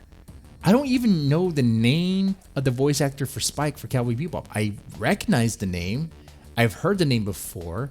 I think I've seen him before at a convention, but I don't remember the name because I don't think of the actor who's doing the voice. I just think of the character. Next, for most people, okay? So no, public figure, no, that has not been demonstrated. Plaintiff cannot in good faith deny that he's a public figure. Okay. Good luck on that. Good luck on that. And they try to argue, a public figure is a person with a general fame and notoriety in the community. I guess you could define community as anime community. I think you're going to need community to be, I think you're going to need to be in reference to, I guess, like the jurors, right? I mean, that's a weird language, the community. What do you mean by community? Because it's not going to be known, if they don't know who Vic Mignogna is. I mean, he's not flat out fucking O.J. Simpson, right? He's not O.J. No one knows who Vic Mignogna is, right? So he's not famous. He doesn't have that notoriety. What are you talking about? Oh, they're trying to act like some sort of like J.J. Watt or something. Anyway, number 18. Among other things, plaintiff testified in his deposition that he has a fan club called the Risible Rangers, who found his notoriety so compelling to dub him as the title, the Führer. The Führer. He has a fan club. You know, I have a fan group. Deadman's Tome has a fan group on Facebook, and we have a very small group, and they make memes and very silly things, and they participate in caption contests and get free stuff from me left and right. I don't make any money. I'm just giving it all away. And so it's like, okay, which, by the way, if you want to, I don't ask. I'm not like a beggar. But if you want to, hey, Super Chats, Streamlab link right there, you know. No, I'm doing that. Anyway, so that doesn't make you a public figure. B, he has been in movies, TV shows, has voice acted hundreds of Japanese anime films, which to Tarrant County, Texas is like, what's a Japanese anime film, right? TV shows, what shows? Like shows people don't really know of, and movies. Okay, I probably don't even know what movie's in. I don't know what movie's in. C, he has been a voice actor for almost 20 years. Okay, so he's been there for a long time in an industry that's kind of like a what in Texas? Because if anime was mainstream, it wouldn't be allowed to be what it is, especially in Texas, right? Right? I mean, and yeah, I think you guys follow me there. Anyway, thousands of convention attendees come to see plaintiff and meet him. That happens, sure. But it's not like the level of, let's say, just name a fucking celebrity. Just name any other celebrity, okay? And they outdo him. I mean, like Jack Nicholson, right? It's not Jack Nicholson levels or anything like that. Anyway, the alleged Minnesota... Why, what the hell does Nick Reicade have anything to do with this? The alleged Minnesota attorney. Oh my God. Alleged. He is an attorney. Nick Reicade? You can verify that. It's a verifiable fact that he's an attorney. This is how you know the lawyers aren't even doing their fucking job. The alleged Minnesota attorney who started plaintiff's $250,000 legal war chest reached out to plaintiffs without having ever known him before.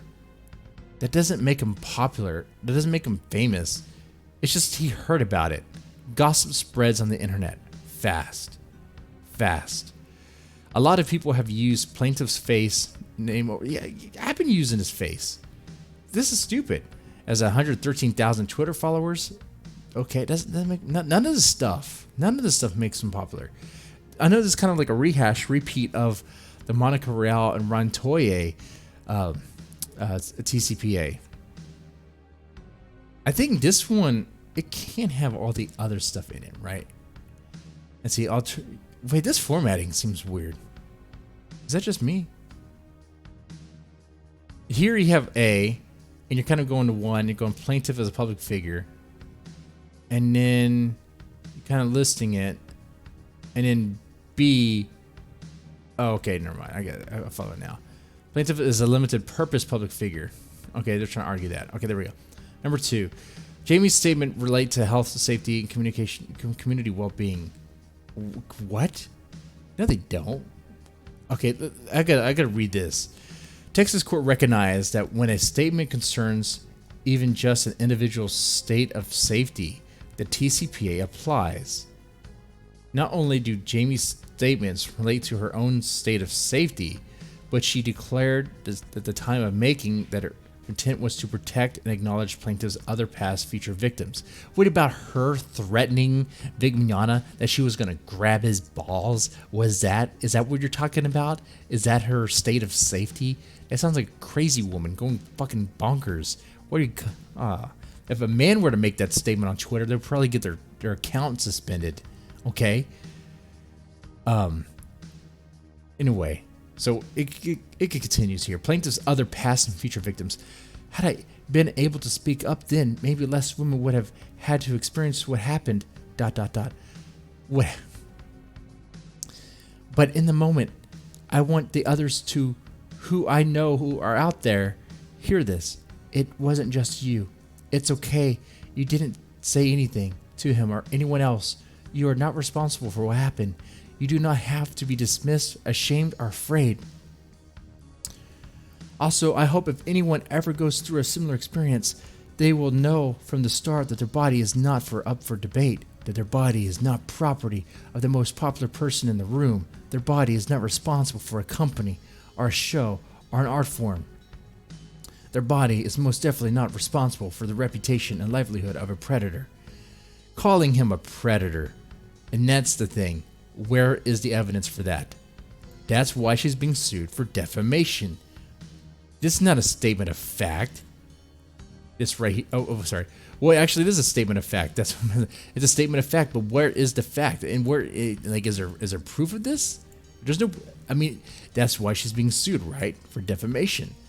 So where is the evidence? She hasn't put up any. All she has that her hair was pulled. And probably say something about, oh, he flirted with me one time. He gave me a hug, even though we give hugs all the time. He gave me a kiss on the cheek, even though I kiss him on the cheek. You know? Oh, man. All right. Multiple Texas courts have held the statements about mental illness, domestic abuse, murder for hire employees. And what does it have to do with this? Is it because of how crazy her statement was? There has to be. It has to be. Her attorney must know how crazy some of her statements were, and is far-reaching about. What is he saying that Jamie Markey might have been mentally ill in that moment? What? That's okay. Okay, yeah, insanity. I mean, she's fucking insane. So maybe. B. Jamie was exercising her right of association. The court must also dismiss plaintiff's legal action because it's based on, relates to, or is in response to Jamie's exercise of her right of association. The exercise of right of association is defined in the TCPA as a communication between individuals who join together to collectively express, promote, pursue, or defend common interests. But if that common interest is to ruin someone, because all this stuff came out at one time and it was timed perfectly. Vic Mignogna gets his big role in Dragon Ball Super Broly. You have Monica Rial, who's envious of him. In her deposition has flat out expressed that she's envious of him. Jamie Markey. Envious. Right? Oh yeah. They wanted to get rid of him. And you have other things too. He's conservative. There's that there. He's Christian. They bring that in this. I haven't read it here, but in the other TCPA, they bring that up. Try to use that against Vic Mignogna. Oh, he says he's a Christian, but how Christian is he when he cheats on it, or when he cheated on his, it was not faithful. It's like, okay, they wanted to get rid of him. So yeah, I don't think that's gonna. I'm not an attorney or anything, but I don't think that's gonna fly.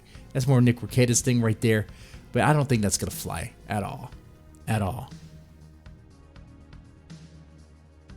I would hug him too. I would give Vic a side hug. There's nothing gay with that, right? Now I'm not running my hand through his hair. Was that crossing the line? 23. Again, Jamie's statements were made in exercise of association with the broader community, broader anime community, fan community, and women who may have past future come in contact with plaintiff. There you go. So she's trying to warn other people about Vic Mignogna's behavior. What behavior? And she's saying out there in public that he sexually assaulted her. What sexual assault? That's why she's being sued for defamation. C. Plaintiff cannot provide clear, specific evidence for each essential element of his claim. He doesn't have to do it for each. He just has to do it for at least one, right? She has made so many tweets. It just has to be one. That's all it has to really be. And it brings up these. We talked about these. And even showed one of them. Yeah. Now I'm curious. Let me scan through if she brings up the other instances. Plaintiff does not have clear, specific evidence of his claim against Jamie for tortious interference. Actually, he might. I think he. Yeah, didn't Jamie Markey? Jamie Markey made some statements. That's right. Jamie Markey referenced Ron Toye and some other, I think, Sabat or some, about knowing stuff happening to Vic Mignogna, right? So she knew something was happening. She knew. Yeah, they have it. They have the tweets there. They have the communication there. They're trying to say they don't. Doubt that. 3. Plaintiff does not have clear, specific evidence of his claim against Jamie for tortious interference or prospective relations. Bullshit on that. But it looks like it's going to be cookie cutter throughout. Like, I'm not getting respect for attorneys' fees and sanctions. Stay in discovery, conclusion.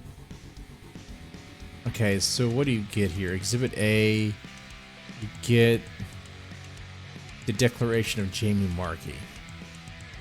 Okay. I think I might be done here with this. Okay. Yeah, I think that's all the gold. Because the rest of it I've already talked about before in a video or in another live stream. Or really on Deadmanstome podcast. I talk about this stuff every now and then. Okay. So I combed through the Monica Rial, Ron Toye TCPA, a little bit of J. Markey TCPA, just laughing, having fun with it. Now, one thing I want to talk about before I end this stream is some of the stuff that people are saying in response to this. Okay. It's quite embarrassing. Very embarrassing. This person right here, cringeworthy as fuck. This drum major from, I don't know, says, gonna repeat what I just said over here on the Dreadnought record. Monica and Jamie standing their ground on this long enough to get this all in the public record deserves every bit of respect in the world. Can you imagine being that level of soy? Can you imagine being that beta to where I don't understand. Like, the only way I can imagine that someone could just read this and believe it on face value is if that's how they operate, is if they just believe solely that just because a woman says something, it is factual. Women lie, men lie. We all lie. People lie, and they lie a lot. People lie a lot for all sorts of things. They lie a lot to ruin people. They lie a lot to get out of trouble. They lie if it's gonna get them something, right? People lie. One of these days, I'm gonna do a live stream talking about what I do for a living a little bit. I'll be a little bit more revealing. I do, and you guys might not like this. I understand what it is. I do Child Protective Services investigations. You don't want to be on the receiving end of that because it sucks, right? It's horrible. Is my job invasive? Oh, hell yeah. It's probably as invasive as you're going to get, right? But I deal with allegations all the freaking time. I deal with cases all the freaking time. And a lot of them are just made up bullshit. A lot of them are spiked. A lot of them are something looked like something, it was reported, and it's not even what it was. I deal with cases where someone saw something on Facebook and reported it. I'm like, what is this nonsense? You don't even know the family. What? And then, of course, people, what am I getting at is people lie. They lie all the time. Lie all the time. They lie in reports, they lie to the police, all the freaking time. You gotta have evidence. You gotta have evidence. That listen and believe, bullshit. It's listen and assess. Listen and assess. It's like, okay, yeah, I'll take your story. Now, where's the evidence? Do you have something to back it up? Otherwise, what can I do with it, right? All right, let's see, what else? We got another one of his tweets. I think it's this one. Deserve respect. Oh, this one's good.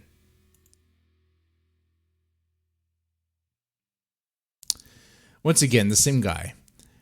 Twitter isn't real life, saying by their statements from the day one, this is exactly what defendants wanted.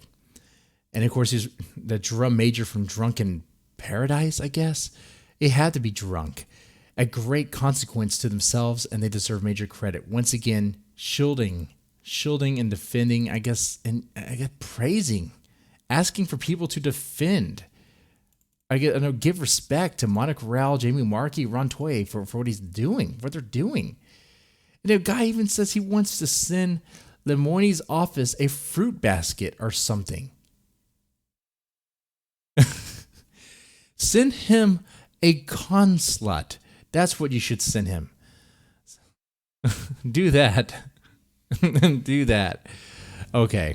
I think I'm about wrapped up here. I'm actually kind of tired myself. Man, kind of late.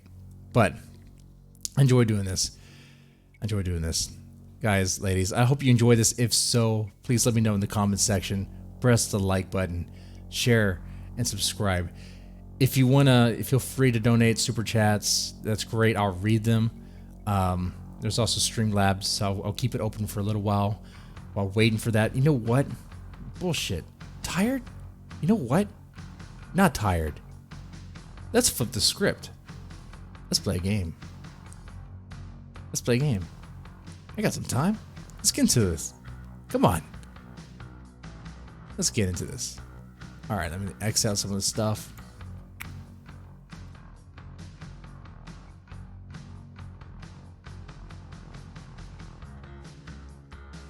All right.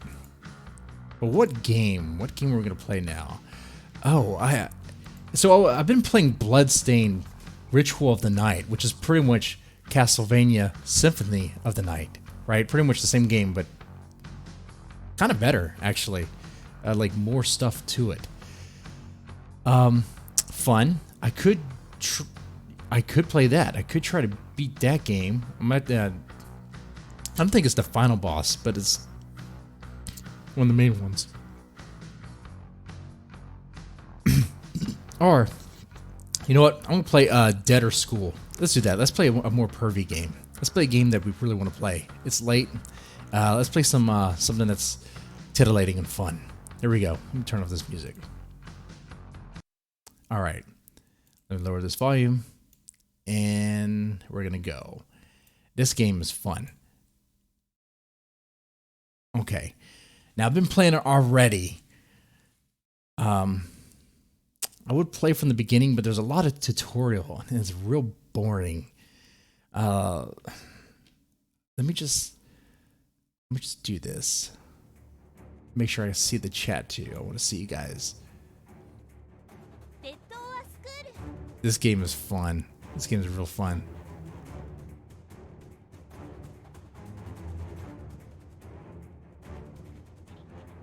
Bloodstained. You want Bloodstained? This game is fun.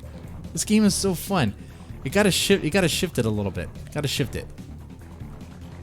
Is Flamenco really back on the kill stream? Did the gun apologize? I don't know if the gun apologized to him. Not on air, but I did hear Flamenco on last night's stream. I listened to that this morning. Okay, let me keep this, like I said, the super chats as best as I can. All right, let me do this. Is it on the screen? It's not. All right, let me get up here.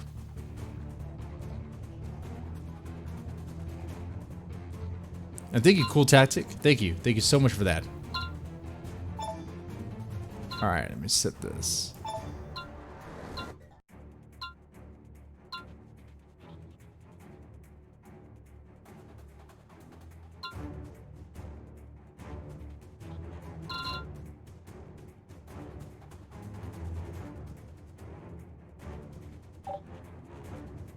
All right, one moment. Gotta change it on OBS real fast. Aye.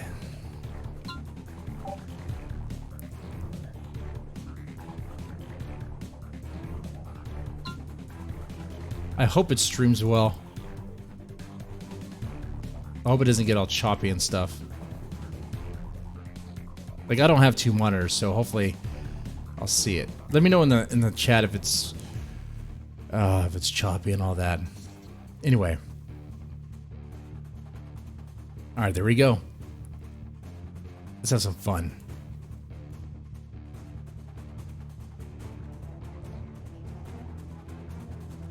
All right, you got Japanese schoolgirl killing zombies and stuff. All right. Yeah, let's just continue. Dead or School. Dead or School.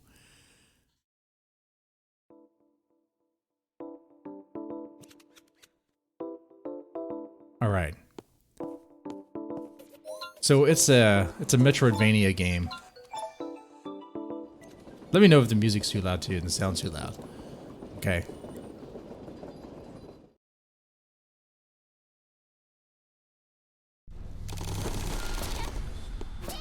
All right. I don't know where I go next, but let's just have some fun.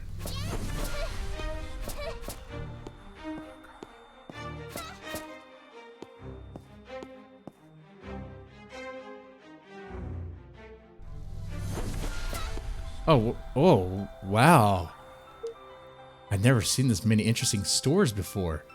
These stores aren't interesting. This is a shithole. What are you talking about? This must be what was known as Depechica? Depechica. Okay. Depechica?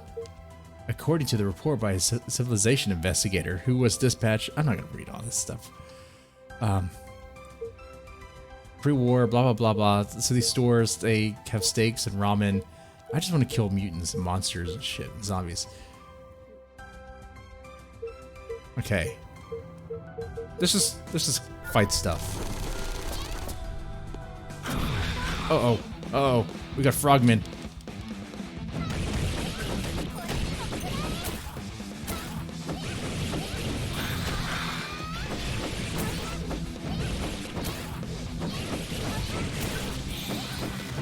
Uh-oh. Oh, frogmen are coming. Oh, mutants.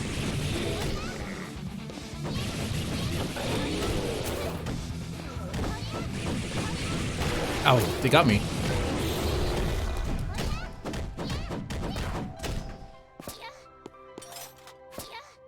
Is it choppy?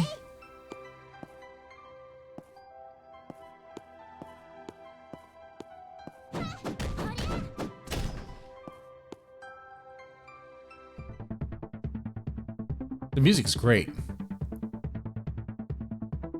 You hear it? Civilization investigator. What is this? What is this machine? It's a vending machine.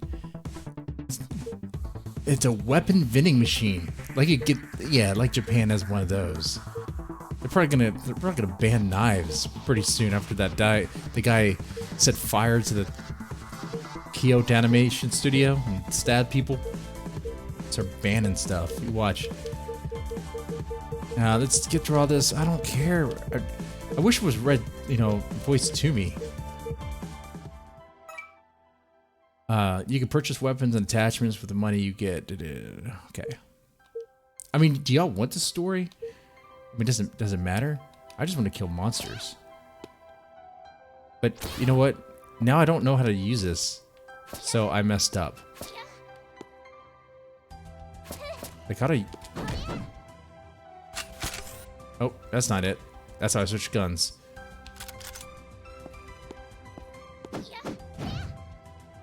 Talk. Oh, he's offering me pills. Before the war, in Depechica, I heard lots of food was served. But now all we have are smelly frogs and dirty cockroaches. I eat them raw or grilled in fire. Not too bad. Fresh, tasty, haha. Oh shit, we got mutants. He has a gun. Oh.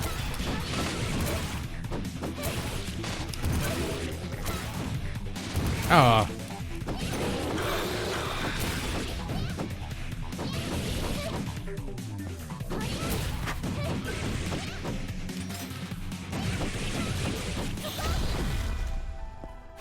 Enemy destroyed.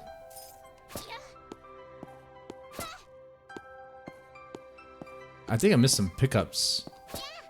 There's some boxes over here, right? Oh, nope. Okay. Apparently, if your health gets too low, your clothes come off, and you get more powered or something. I don't know what happens. That hasn't happened to me yet. Ow.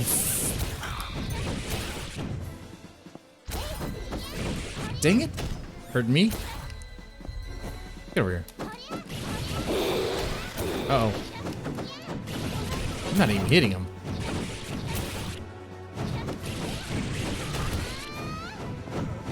Oh, I can't even hit the guy.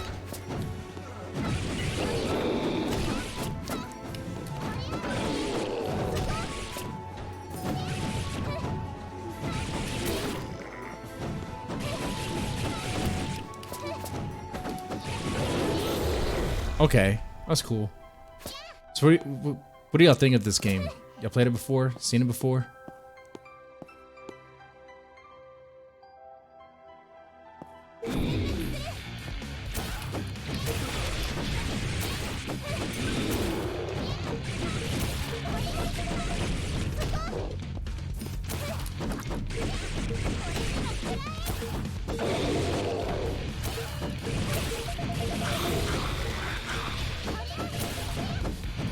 I'm not even hitting anybody. Oh. What? I can't hear it. I can't hit him. What?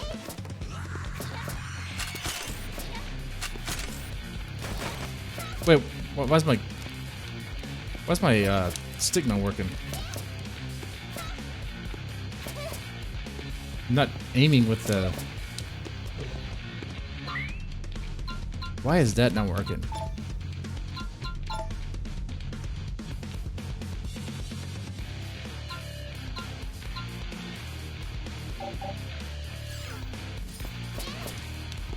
Okay, there we go. Die.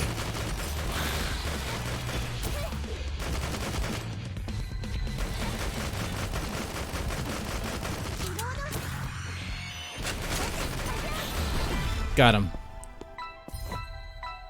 Yeah, there's a few bugs in this game that I discovered. Seems pretty Gucci. It's not too bad. There's some bugs and stuff, kind of gimmicky. I mean, her run animation is like kind of bogus, but yeah. You can customize stuff. All right. I use a sword a lot because I don't have anything new, do I? Got an inferior, a raper. I got a raper. That's not funny. Rape jokes are funny. Reinforce. You know, let's just equip this. Why not? That's stronger. I'll just get that. Actually, I guess it's not stronger than what I had. Let me just reinforce it.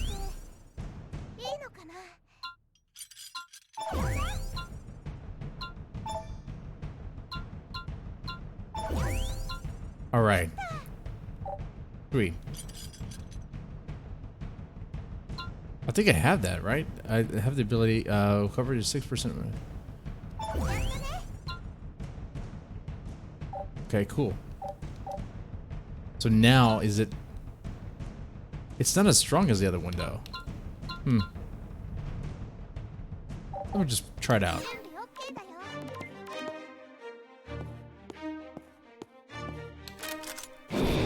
Uh-oh.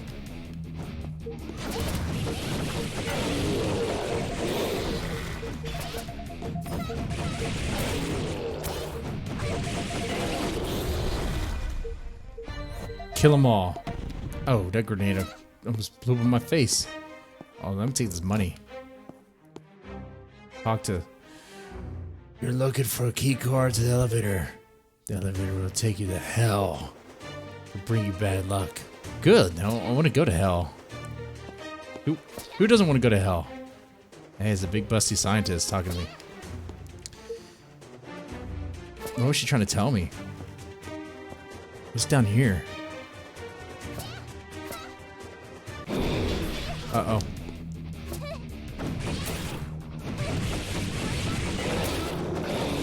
Uh-oh.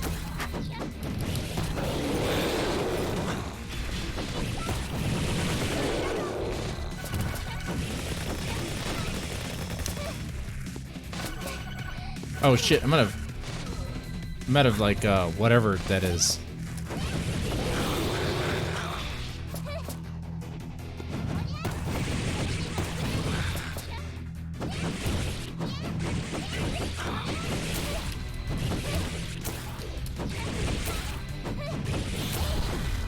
All right, got him.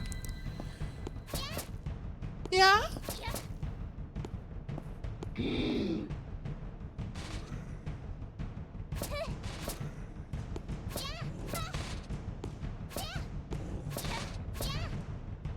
Yeah, yeah. Am I listening to baby metal now?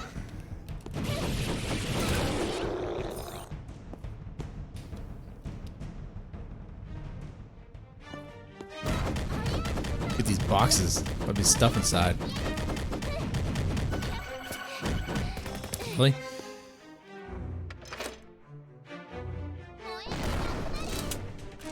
You can't break a cardboard box? Come on now.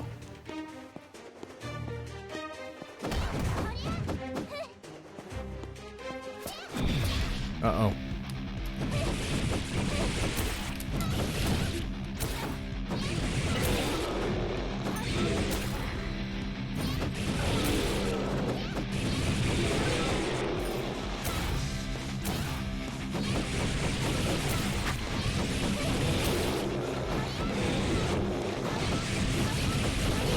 Oh, I'm getting hit.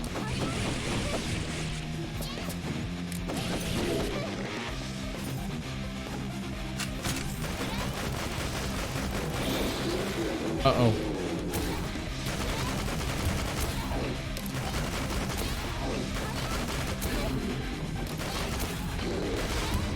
Oh, shit.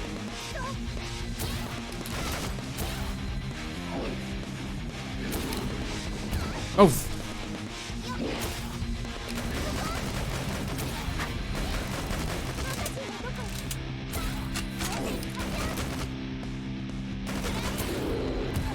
Oh, dang it.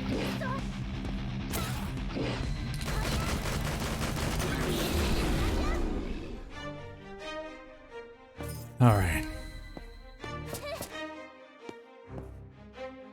Key card check. What's this? Oh, sorry. What's this?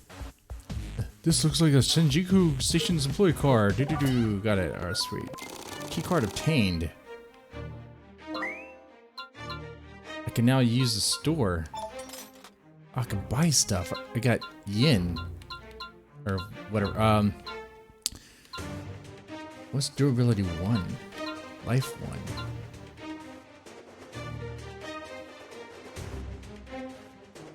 Okay. Well, let me save up my money, I guess.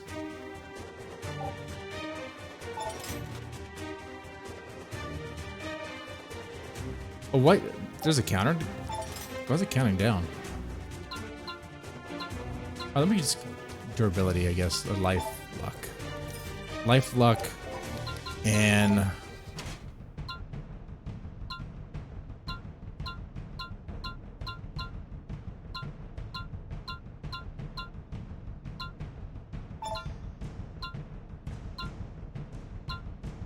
let's see. I don't even know what I'm doing right now. You can put powers. You can make your things stronger.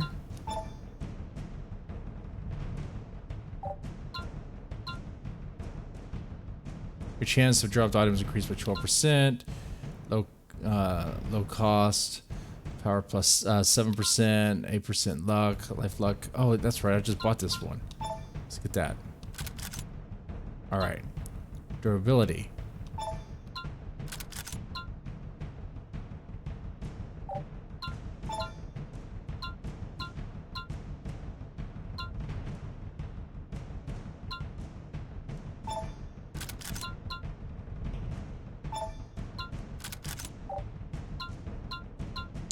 There was a backstab. Let me add that to. Or is it this one? Backstab. Damage to an enemy increased by 35% when attacked from behind. Well, let me definitely put that to the sword.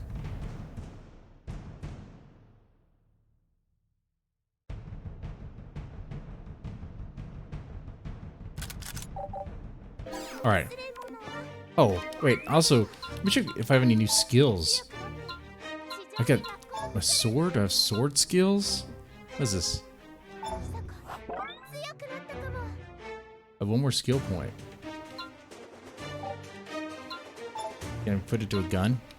Dang, this game is so weird. Low stance. Okay, I can crouch. Wait, do I get... Okay. Let me check that out.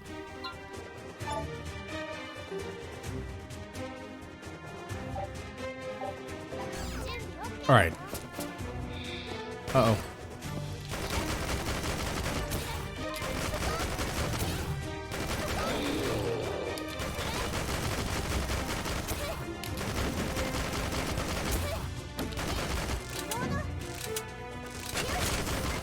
Die!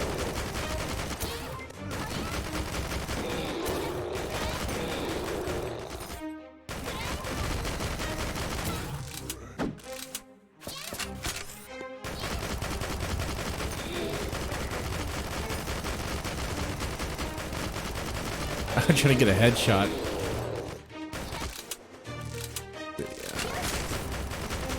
I guess it doesn't matter. I don't think it matters.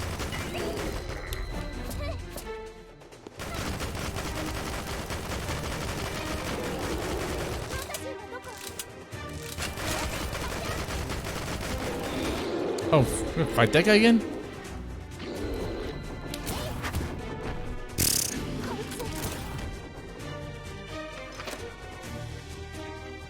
Where'd that guy go?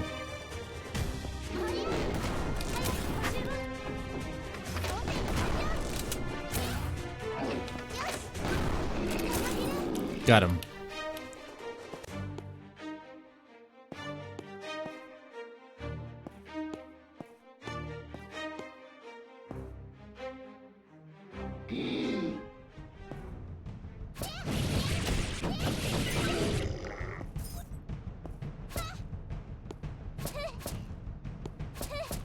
Alright. This is fun. I'm actually enjoying this game.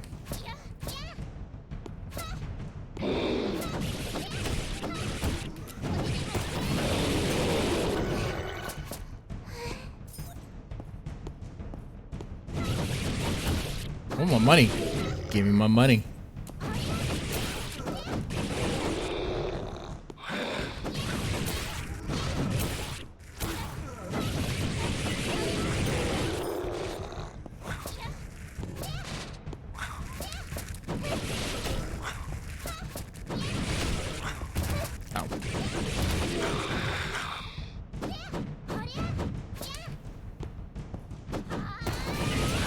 Oh, look at that. That's cool.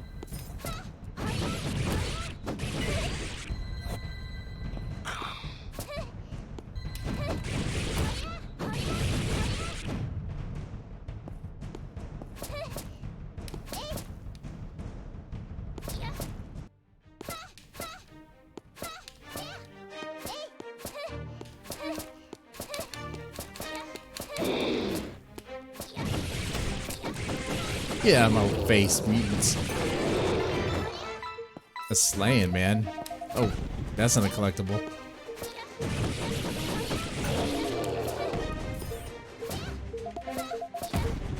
Oh, knocked my ass. Knocked me on my ass. Oh, again.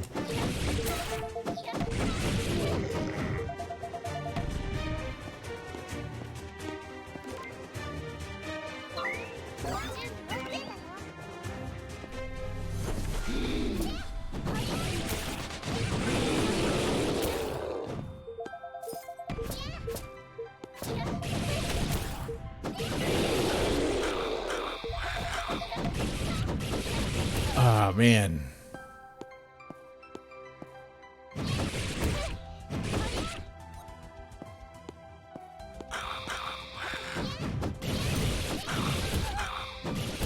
Ah, these frogs.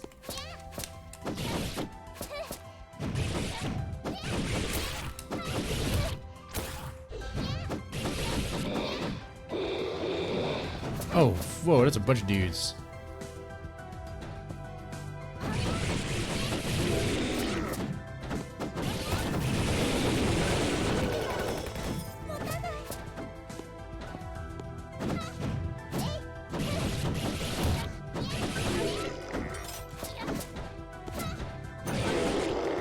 Alright, got through that. What's down here?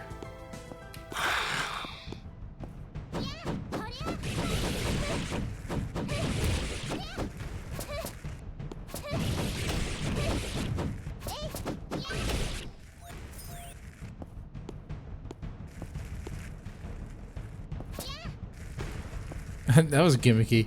Like the animation, the run animation for the character is weird. Sometimes she gets hung up on things.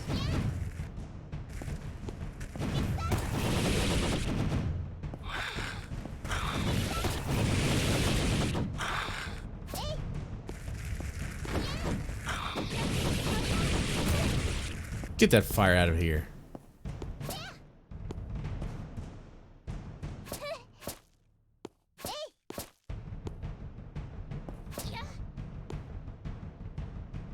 Lots of save points. Yeah, I noticed that too. Any other questions in the chat? You guys have anything? Like send it via super chat or Streamlabs. That'd be great. Oh shit. Ooh.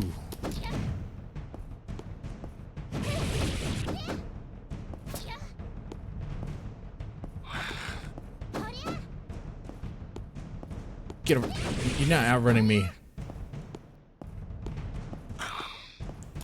I wonder if I'm gonna die. Look at my health. 55.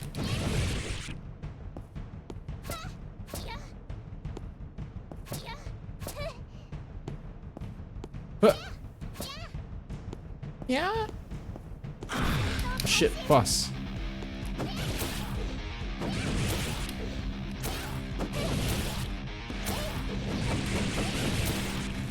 Oh shit, fire.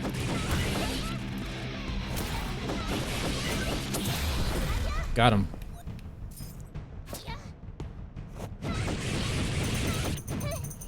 Oh, look at all this. Look at all that money. All that money, honey. Look at all that. Oh, yeah.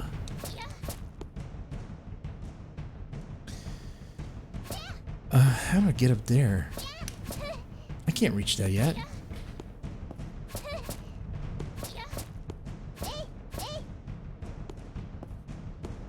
Alright, so you are gonna have to go back to places like you would expect from a, I guess, a Metroidvania game.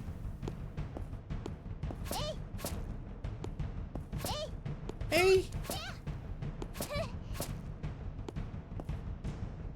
Why is everyone offering me drugs?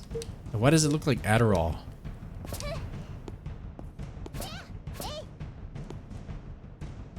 I want to go down.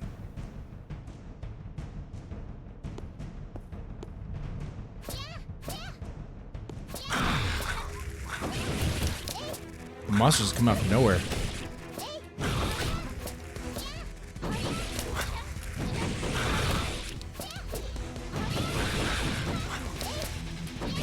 That's a lot of monsters.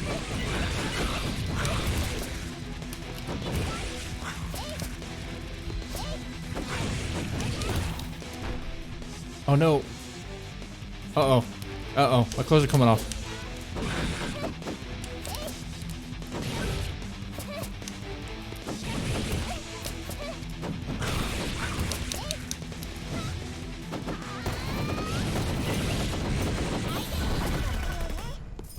For my YouTube channel. I better be good. That was pretty cool though.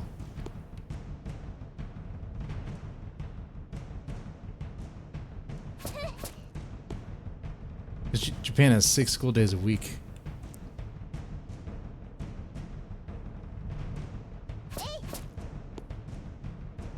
Japan has 6 school days a week? Man, that's horrible. You know, and I couldn't tell you what the story of this game is. I think she's trying to go to school. If I paid attention to anything, I think she wants to go to school, which is why she's doing this. I need a save point.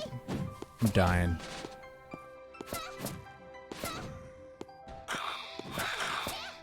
Ow.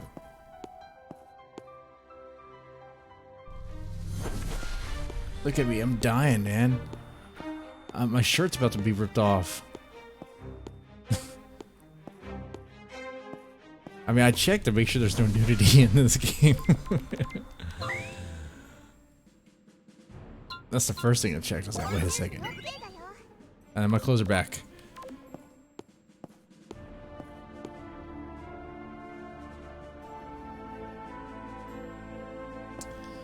Alright.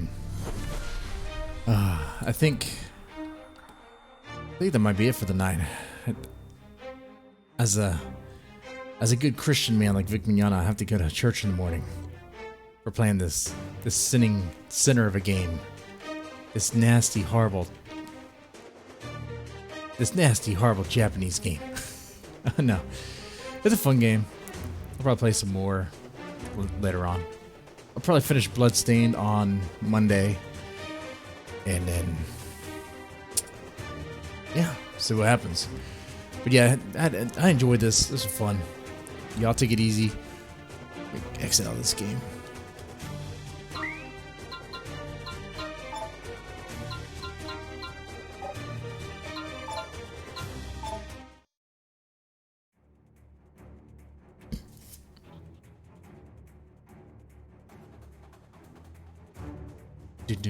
Do.